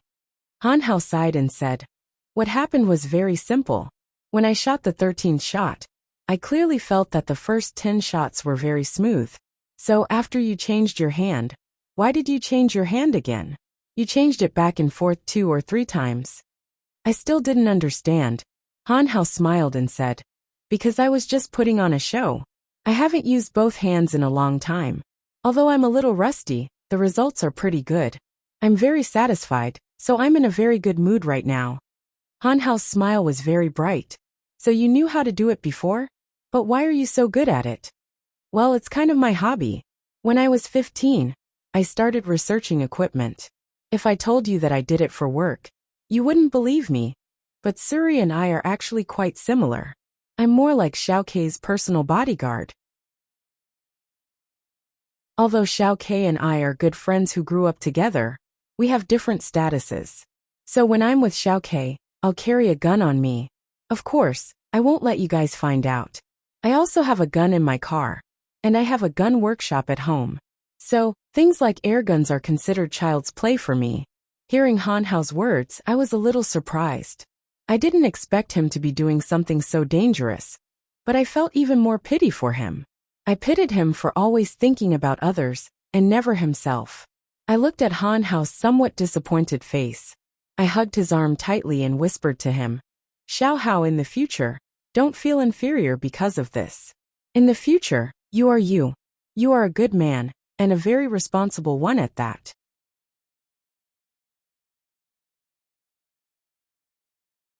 Chapter 213. I leaned against Han Hao's arm. My heart ached for him from the bottom of my heart. He was always thinking about other people, but he never thought about himself. Han Hao stopped and pulled me into his arms. He gently kissed my forehead and said softly, "Shaoli, I'm content. I'm really content now. I have you and Yi by my side. This is the best gift that God has given me. I will definitely cherish it. So please don't run away anymore. Please let me stay by your side and take good care of you, okay? I will definitely make you and Yi happy." I reached out and hugged Han Hao. I felt really happy. When it was about 5 in the afternoon, we finally finished our trip to the amusement park. I looked at Yi. Yi was in a good mood. She was very awake the whole afternoon. It seemed that she got along well with Han Hao. In the afternoon, she dragged Han Hao to play with a lot of entertainment facilities. Han Hao didn't refuse. He happily hugged Yi and played with her for a long time. I looked at them from afar and felt very happy. When we got back to the car, I sat in the front passenger seat and felt very tired. I glanced at Han Hao and he let out a long breath. It seemed that he was also very tired. However, Yi was very energetic in the child seat. She suddenly looked at Han Hao and shouted, "Daddy hug! Daddy hug!" I looked at Han Hao with a black face. I didn't have to guess. He must have taught her.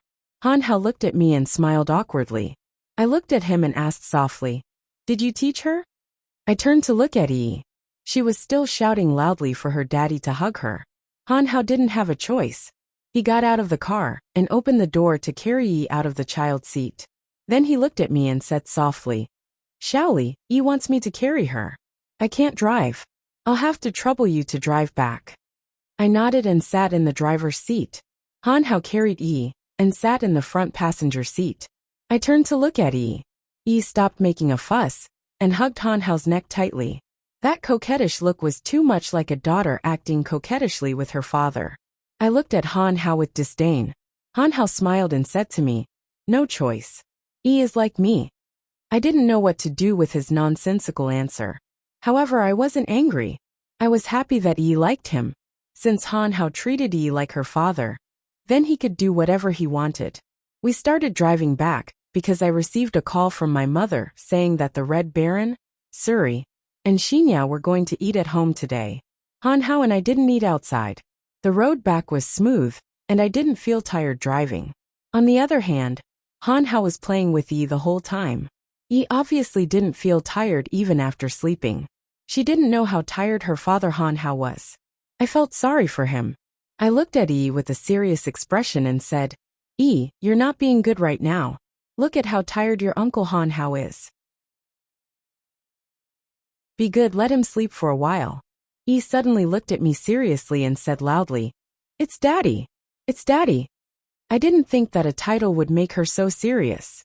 I had no choice but to change my words and say, all right. It's Han Hao's Daddy. Be good and let Daddy rest for a while. Yi, go back to the back seat and be good." Yi didn't listen to me. She hugged Han Hao's neck tightly and leaned on his shoulder. She looked at me with a wronged expression. It was as if I had bullied her, and she was about to cry. Han Hao looked at Yi and felt sorry for her. He whispered to me, "Just let Yi play with me. I'm fine. I'm also very willing to play with Yi." He gently stroked Yi's hair. The two of them looked at me lovingly. I didn't know what to say in response. I could only choose to silently agree. The drive back was quite long. When we were about 2/3 of the way home, I turned my head to look. Han Hao had fallen asleep with Yi in his arms. Yi was still sleeping soundly with Han Hao in her arms. Han Hao was also sleeping soundly with Yi in his arms. I increased the temperature in the car a little, afraid that the two of them would get cold. Then I quietly drove the car, but I was very happy. Finally, we arrived at the house. I stopped the car, and the housekeeper came out of the house. I unloaded the things in the car first, then walked to the front passenger seat, and gently woke Han Hao up. Yi was still asleep. Han Hao's appearance when he woke up was very cute. What moved me was that the first thing he saw when he woke up was Yi. When he saw that Yi was still sleeping soundly, his expression became very happy. I woke him up. He hugged Yi, and I held his arm as we walked into the living room. After we entered the living room, I saw that everyone was there. Xinyao saw me from afar, and immediately rushed over. She saw how intimate Han Hao and I were, and the lewd smile on her face made me blush. Xinyao pulled me to the side and whispered, "Io, so sweet. Looks like it's done." I whispered in her ear, "Yeah, I promised him that I'll be with him properly." Xinyao suddenly hugged me and said, Yep. Suri and I want the two of you to be happy. It's because we want to see the results of the two of you that we came here to scrounge off your meal." I looked at her with a dark expression. "It's because the two of you are too lazy and don't want to do it. Can't you find a better reason?" After hearing my words, Xinyao could only laugh. I turned my head to look at Suri and Han Hao. The two of them were chatting happily. I didn't know when Yi had woken up, but the Red Baron was playing with her. We chatted for a while before Mother called us for dinner. We went to the dining room and saw a sumptuous meal on the table. It looked like Mother had prepared it for a long time. After everyone sat down, Han Hao sat across from me. Father sat down and we could start eating. But at that moment, Yi suddenly became unhappy. She turned her head to look at me and shouted, "I want Daddy to carry me. I want Daddy." Of course I knew who Yi's daddy was. I suddenly felt awkward and didn't know what to do. Xinyao was the first to cry out. She looked at me and shouted, "Wow, Yi changed her mind so quickly. Yi, tell Auntie if the daddy you're talking about is the one sitting across from you." Yi nodded seriously. She turned her head and looked at Han Hao as if she was about to cry. She shouted, "Yi wants Daddy. Yi wants Daddy to carry her." Han Hao walked to my side and took Yi from my arms. Only then did Yi calm down. She hugged Han Hao's neck and gently wiped the corners of her eyes. It looked like she was really crying.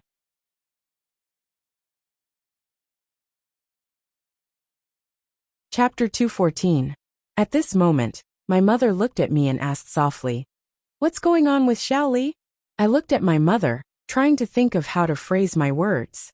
Han Hao looked at my mother and said, "Auntie, don't ask Xiaoli anymore. I won't hide it from you anymore.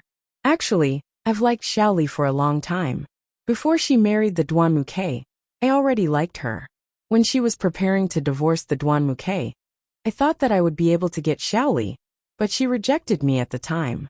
Now I've gotten her, and Yi has accepted me. When we went out to play today, I liked Yi too much and thought that she needed a father, so I took the liberty of teaching Yi to call me Daddy. I'm sorry, but this was my decision, so please don't blame Xiaoli." Everyone suddenly fell silent. I suddenly felt a little awkward. At this moment, my father looked at me seriously and said, "Xiaoli, is what Xiao Hao said true?" I suddenly felt a little nervous. I sighed and looked at my father and said loudly, "Dad, yes, Xiao Hao was right. I did agree to his proposal, and Yi likes him a lot. I'm willing to let him be Yi's father. Father, if there's anything wrong, please tell me. Don't blame Xiao Hao. It's not wrong for us to like him." My mother and father looked at each other. My mother suddenly smiled and said, "Silly girl, we want you to be happy. How could we blame you?" I was stunned. I looked at my mother and said softly, "Mom, what do you mean?" My father coughed twice. He looked at me and said softly, Good. Xiao Hao is a good kid. Don't bully him. Take care of Yi.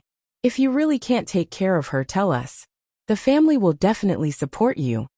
My eyes were a little wet. I stood up and looked at my father and mother. "Thank you, Dad, Mom. Thank you." I turned my head to look at Han Hao. He smiled at me, and I smiled back at him. Perseverance is victory. Everything is worth it. After dinner, my parents left. They said that they had an appointment to attend a tea party at a friend's house. There were only a few young people left in the house. Xinyao and Suri were playing cards with the Red Baron on the sofa. Han Hao and I were playing with Yi. Yi really liked to play with Han Hao. The two of them had a lot of fun. Time passed quickly. We chatted for a long time. After a while, Suri and Xinyao left. After sending them off, we returned to the living room. My parents had also returned. Han Hao looked at the time and put Yi in my arms. He said to my father, "Uncle, Auntie, it's getting late. I should go back. After hearing Han Hao say that, Yi actually couldn't take it anymore. She burst into tears and tried to throw herself at Han Hao from my arms. I couldn't stop her. No matter how I tried to persuade her, Yi wouldn't listen. She kept crying. I thought she was pretending, but she was really crying. Soon, her face was covered in tears and snot. I tried to persuade her and wipe her face, but I didn't know how to comfort her. My parents looked at Yi and their hearts ached. My father took Yi from my arms and gently patted her back. He said to her, "My precious Yi, tell Grandpa, why are you crying so hard?" Yi wiped her tears and cried, I want Pa. Daddy. Yi wants Daddy." Hearing Yi say that, we all understood what she meant. At this time, my mother looked at my father and said softly, "Let Hao stay." My father of course felt sorry for Yi. He thought for a moment and looked at Han Hao. "Hao, is there anything you need? If there's nothing, then stay. I rarely see Yi cry so hard. She probably doesn't want to leave you. So stay. If Yi is happy, then we are all happy." At this time, Han Hao rubbed his head awkwardly. Is that appropriate?" Her mother smiled and said, "What's wrong with that? I'll ask the nanny to find you a change of clothes and toiletries.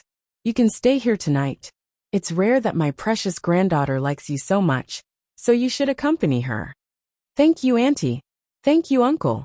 After Han Hao said that, his parents smiled and left. At this time the Red Baron also stood up. She looked at us and said, "All right, I'm going back to my room to read.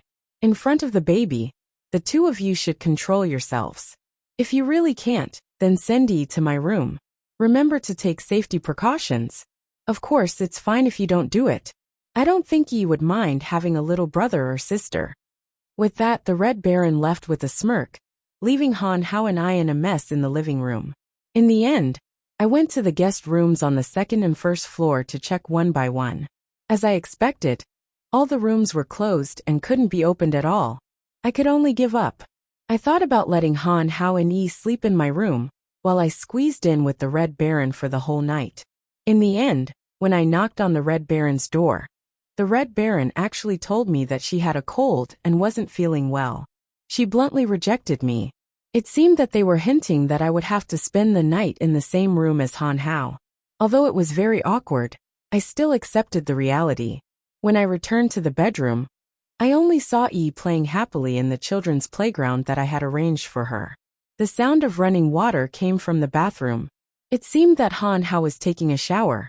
He probably realized that there were no other rooms in the house that he could enter other than my room. Sigh. I must have a good talk with them tomorrow morning. I walked to Yi's side and played with her toys. Yi looked at me and said in a childish voice, "Daddy is taking a shower. He asked us to wait for him." My face darkened. How did this child know what I was thinking? Needless to say, it was definitely Han Hao who taught her. If she continued to be so smart, I wouldn't be able to control her anymore. Not long after, the bathroom door opened and Han Hao walked out. I turned to look at him. Luckily, he was wearing pajamas. I thought that he would come out completely naked. Han Hao looked at me and smiled. He walked over and picked Yi up. He skillfully helped Yi change into her pajamas.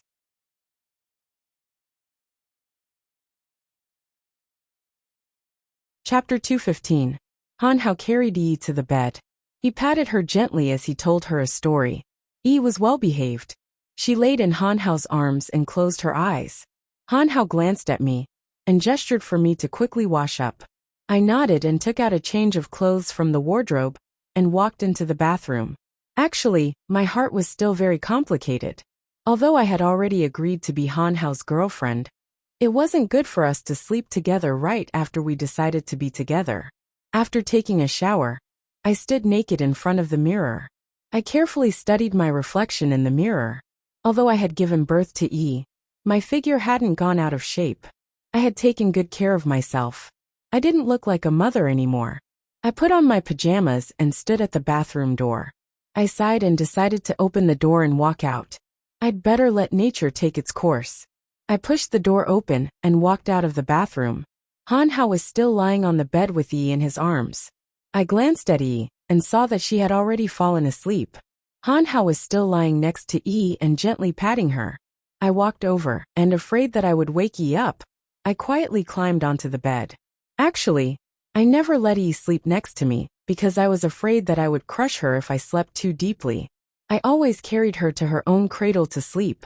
But seeing Han Hao taking care of Yi so seriously, I was quite happy. Han Hao raised his head and looked at me with a smile. I quietly lay next to Yi and reached out to touch her forehead. Luckily, she wasn't sweating, and the temperature in the room was just right. Han Hao and I lay next to Yi. I didn't know if he had fallen asleep, but I didn't feel sleepy at all. I didn't know how much time had passed, but Han Hao whispered to me, "Xiaoli, are you asleep?" "I'm not. I don't know why, but I can't sleep." Indeed, I couldn't sleep either. Then Han Hao continued, "I'll hug you to sleep. That way, you should be able to sleep." I was stunned and my face turned red. The light in the room was dim, so he probably couldn't see my embarrassed expression. "That's not a good idea." My voice was a little shaky. Of course, I didn't know how to answer him. "It's okay. Come on, I'll carry you here. And I'll carry you here. We won't delay each other. You've been tired all day, you can't not sleep. Come on, lie on my side." Han Hao's words were very gentle, but I still felt that it was inappropriate. It wasn't that I didn't want anything to happen between us, because of my pride. It was just that Yi was still around. Although she was still young, it wasn't appropriate to do it in front of a child. I thought for a moment and then said to him, "Forget it. I can sleep. You should sleep too. You are more tired than I am today. Don't worry, nothing will happen between us. Now is not the time. When the opportunity arises, you won't be able to escape. I just want to hug you to sleep quietly. Don't think of me as a bad person, okay?" Obviously, Han Hao had realized what I was thinking. Hearing him say that, my heart calmed down. I smiled and said to him, "Okay." Then, I crawled to his other side and lay in his arms. Just like that, Han Hao hugged Yi with one arm and me with the other. The three of us lay quietly like that. Strangely enough, I felt sleepy lying in Han Hao's arms. I lay on his chest and listened to his heartbeat. Gradually, I fell asleep. When I woke up, it was already the next morning. I looked at the time in a daze. It was only 5 in the morning. I turned my head to look at Han Hao. He was gone, and so was Yi. I instantly woke up. Just as I was about to get dressed and get out of bed, Han Hao walked out of the bathroom with Yi in his arms. I let out a long breath and looked at him. "So you brought Yi to the bathroom? You scared me." Han Hao looked at me and said, "Did I wake you up?"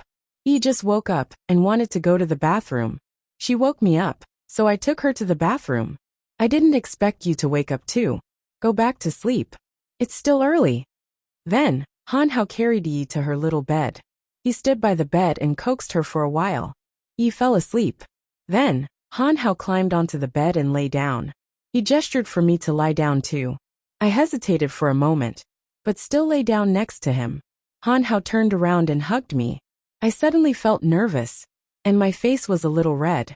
Han Hao smiled and gently stroked my hair. He whispered to me, "Xiaoli, don't be nervous. I told you that nothing will happen between us. Let me hug you for a while. It's rare that I have this free time to hug you, you know? Ever since the last time you stayed at my house, I was even more determined that I will definitely have the opportunity to give you happiness. So now that I'm hugging you like this, I feel very happy. It's so rare that you're finally my woman." I leaned into Han Hao's embrace and whispered, "Aren't I right by your side? Don't worry, I won't leave you." I hugged Han Hao tightly. This feeling of comfort made me very happy. Han Hao cupped my face and gently kissed my forehead. He looked at me and whispered, "Xiaoli, marry me. Marry me, okay?" I was stunned by Han Hao's sudden proposal. I thought for a moment. Just as I was about to say something to Han Hao suddenly cupped my face and kissed my lips. This gentle kiss made me not know what to do. Unknowingly, I fell into his embrace. The burning sensation in my body grew stronger and stronger. Han Hao hugged me tighter and tighter. Unconsciously, my body's reaction made me a little shy. Han Hao suddenly stopped. He looked at my blushing face and smiled. "Aya, your mouth says no, but your body is very honest. I turned my head and didn't dare to look at Han Hao. I closed my eyes and whispered, Xiao Hao, you've changed. You weren't like this before. Why have you become so perverted now? Han Hao smiled. He gently stroked my hair and said, Because I like you. Han Hao's words made me speechless. I could only quietly lean against his chest and pretend that I didn't understand anything. I pretended that I didn't understand anything. Just like that, Han Hao hugged me and went back to sleep. We were originally sleeping well, but we were woken up by Yi again. But there was no other way. When I got up and looked at the time, it was already 9 o'clock. Yi must be starving. Han Hao got up faster than me. He quickly put on his clothes and washed up. Then he took Yi downstairs. I now trusted him to take care of the child, so I didn't get lazy. After washing up, I began to tidy up the bedroom. After tidying up, I went downstairs. The whole family had finished breakfast and gone out to do some work. Only I was left. Han Hao was waiting for me in the dining room with Yi in his arms.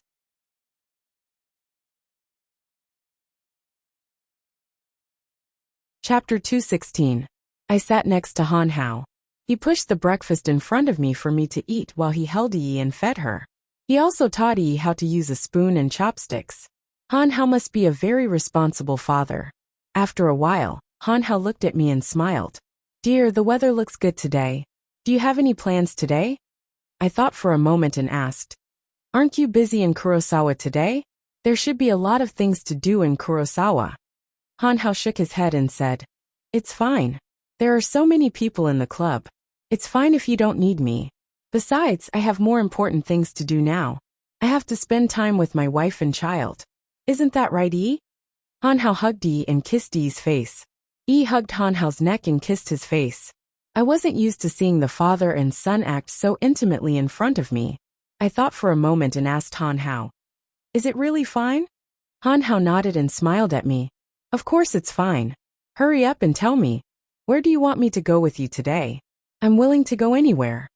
Looking at Han Hao's expression, I smiled happily and said, Actually, it's nothing much. The baby products that Yi brought back from America are pretty much used up. I have to buy some new ones. My parents, the Red Baron, aren't home. I have to take care of the child. It's not very convenient for me to take care of the child and go shopping alone. Han Hao nodded thoughtfully and said softly, So that's how it is. How about I take care of Yi for you, and you go by yourself? I looked at Han Hao's mischievous expression and understood. He was angry that I didn't ask him. I smiled and hugged Han Hao's neck. I gently kissed his lips and said with a smile, How about it? My dear boyfriend, would you like to take your precious daughter and accompany your dear me to the mall? Han Hao was stunned when he saw me kiss him. He nodded and said, Of course, it's my pleasure. It's my duty to accompany my wife and child. Han Hao hugged me and kissed my lips softly. To be honest, the feeling of being in love was just like being in love. Then, she looked up at me and then at Han Hao. She looked at Han Hao seriously and said loudly, Daddy, I want a kiss too. Han Hao glanced at Yi and smiled. He gently kissed Yi's face. Yi was very happy. She looked even cuter when she was happy. After breakfast, we packed up and headed out. In order to make it easier to take care of Yi, I brought the baby carrier with me. I didn't even have to say anything as Han Hao took it from me. When we arrived at the shopping mall, he carried Yi on his back and held me with one hand. From time to time, he would look at Yi, worried that she would be uncomfortable or have any problems. The temperature in the mall was moderate. Han Hao and I started our shopping trip. We first went to the baby store and bought a lot of necessities for Yi. There were 2 big bags full of them. Because there were too many, we decided to send them back first. After we sent them back, we came back and passed by the children's clothing store. Han Hao's interest was piqued, and he started picking clothes for Yi. I was a little tired. I sat on the sofa in the store and watched the father and son pick out clothes. He didn't feel tired at all. Every time he picked out an outfit, Han Hao would personally help her put it on and then review it himself. If he felt it was good, he would let me take a look. If I felt it was average, he would immediately pass it off. After almost an hour, he actually picked out no less than 20 sets of clothes and shoes for Yi. Each set of clothes had a different pair of shoes. I thought it was very extravagant, but Han Hao didn't think so. He thought it was worth it, because it was free. After we finished shopping at the children's clothing store, it was time for lunch. We took the French meal coupon that Han Hao won from the shooting last time, and went to the store. The owner didn't lie to me. The coupon was usable. We picked a seat by the window and sat down, waiting for the food to be served. Actually, I hadn't shopped enough, I was just tired. After we finished eating, we could go shopping again. Han Hao put it down. I looked at his t-shirt, and saw that it was soaked with sweat. I looked at him and said, "Xiao Hao, your clothes are all wet. Later, I'll take you to buy a new one to change into." Han Hao looked down and smiled at me. I just noticed. "It's fine. I'm just carrying it on my back. It's fine. I'll have to carry it on my back again, and change into a new one. But I'll have to buy you a few new sets of clothes. Ever since you got pregnant, you probably haven't had time to dress yourself up. You've given all your energy to E. You don't cherish yourself, but I have to cherish you. Later, go pick a few sets of clothes that you like, and I'll pay for them.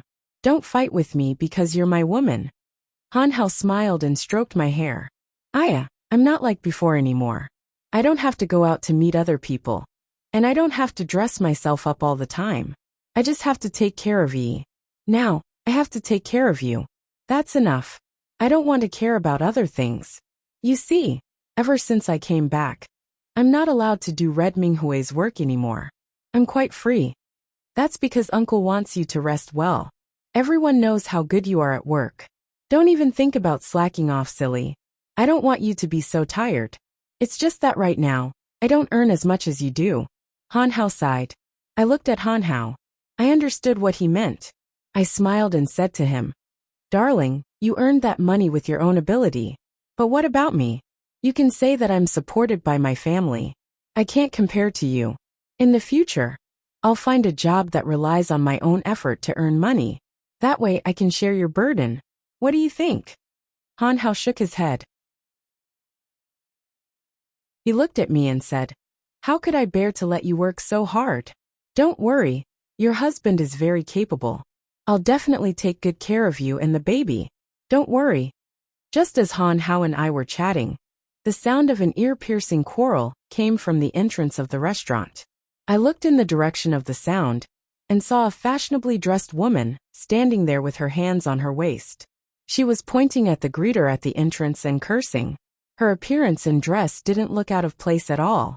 I hated this kind of behavior from the bottom of my heart.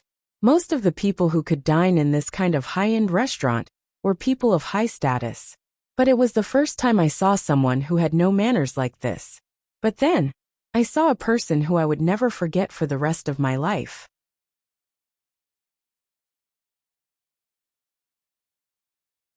Chapter 217. That woman was still arguing fiercely with the waiter, and the surrounding customers who came to eat also felt that it was disturbing. Right at this moment, the restaurant's door was pushed open, and a man entered. It was a face that I would never forget. It was none other than Duan Muke, who I hadn't seen for a long time. Seeing him again, I was stunned. He had changed a lot, and his clothes weren't as fashionable as before. Instead, he gave off a decadent aura. Moreover, Duan Muke had lost a lot of weight. If I used an idiom to describe him, he would be dispirited and listless. However, this couldn't hide his handsome face. But he couldn't hide his handsome face. Xiao Hao looked at me in a daze. "Xiaoli, what's wrong?" he asked softly. "What are you looking at?" He followed my gaze and saw Duan Muke back. He was stunned for a moment. "Xiaoli," he said softly, "don't look at him. Turn around and look at me, okay?" I ignored Han Hao's words and turned my head to look at Duan Muke and the woman. The woman was still arguing with the waiter, but Duan Muke just stood next to her, not saying a word. Just as I was lost in my thoughts, Han Hao suddenly said loudly, "Xiaoli, I said don't look at him." I turned to look at Han Hao. It was the first time I had seen him so angry. I suddenly felt nervous. I nodded and stopped looking at Duan Muke and the woman. The food was served and we started eating. However, I wasn't in the mood to enjoy the food. Han Hao watched my every move. "Honey, I'm sorry. I didn't mean to talk to you like that. I didn't mean to. I just didn't want you to be in a bad mood after seeing him with another woman. I nodded and said to Han Hao, I understand how you feel. I'm not angry. I sighed. That woman, is she Xiao Kei's fiancée? Han Hao looked at me and nodded solemnly. I smiled coldly and looked up at Han Hao. He was feeding Yi. I thought to myself, with such a good man who loves me and Yi, why should I care about anything else? I looked at Han Hao and smiled. All right, I'm fine. I'm fine. You're enough for me. I smiled at Han Hao and continued eating. Han Hao and I chatted about the places we should go next. He offered to buy me some clothes and I gladly accepted. I also told him that I would pick some clothes for him. At that moment, the woman's voice sounded in my ear again. I really didn't want to look at her, so I lowered my head and continued eating. I felt that the voice was getting closer and closer, and the content of their conversation was getting clearer. I heard the woman say, just now that disgusting waiter was so mean to me. Why didn't you say anything? Could it be that you couldn't hear me? But I didn't hear Duan Mukei's voice. The woman continued to shout. Other people are saying how outstanding you are. Bah, you're a coward. You can't even stand up for me for such a small matter. How could I be so blind to like you? The woman's words were really vicious. Duan Mukei probably couldn't bear to listen to them. Can you not talk anymore? I heard Duan Mukei's deep voice. Listening to his tone, I could feel that he was restraining himself, not exploding. This wasn't like Duan Mukei's character at all, but I didn't know why he had changed so much. At that moment, a paw sound was heard. We all raised our heads. The woman had raised her hand and slapped Duan Mukei's face. At that time I was shocked. Right next to my table the woman looked around. Then she shouted at us. What are you looking at? Eat your food. We lowered our heads again, not knowing what would happen next. The woman looked at Duan Mukei and shouted, This is a reward for the way you spoke to me. Don't go too far. Don't you know what kind of status you have now? You still dare to yell at me. Do you really think you're the same person as before? I'm leaving. You can be a shrew by yourself here. When Duan Mukei said these words, it was clear that he was already extremely angry. The woman yelled, You! After saying that, she threw her bag onto our dining table, right into the bowl of soup. The soup splashed everywhere. Han Hao, Yi and I didn't manage to dodge it, so the soup splashed all over our clothes. Yi was probably shocked because she burst into tears. Han Hao quickly took out a tissue and wiped the parts of Yi's body that had been splashed. I was really angry. If it was just directed at me, it would have been fine. But now that Yi was involved, I couldn't hold it in any longer. I stood up and walked over to the woman. I looked at her and said loudly, What are you doing? Can't you see we're eating here? It's fine if you quarrel next to our table, but you threw things on our table. Can't you see we have a child here? What if you hurt the child? Can you afford to take responsibility? The woman looked me up and down. Then, with a look of disdain, she said, Where did this village girl come from? I just threw things. What can you do about it? Does your family own this restaurant? I can do whatever I want. What can you do about it? I turned to look at Han Hao and said softly, Xiao Hao, take Yi and leave. Remember to call the police. The woman put her hands on her hips and looked at me. She said loudly, I'll see who dares to call the police. You can try. The woman's unforgiving attitude made me feel disgusted. Then someone patted my shoulder from behind. I turned my head and saw Duan Mukei. He looked at me in disbelief and said, Xiaoli? You're Xiaoli? Only then did I realize that I had exposed myself in front of Duan Mukei. I couldn't care less. I looked at him and said softly, Hurry up and take her away. Then, I sat down again and tidied up my things. I looked at Han Hao and said, Xiao Hao, let's go. We'll eat somewhere else. This place is too messy. It's not suitable to take you with us. Then, I stood up and prepared to leave. Unexpectedly, the woman stopped me. She looked at me with contempt and said, Yo, what's wrong? You want to run away after standing up for me? Weren't you yelling at me so fiercely just now? Why don't you have any confidence now? Duan Mukei walked in front of me. He took the woman's hand and said, Let's go. You're already interrupting their meal. Hurry up and leave. We'll eat somewhere else.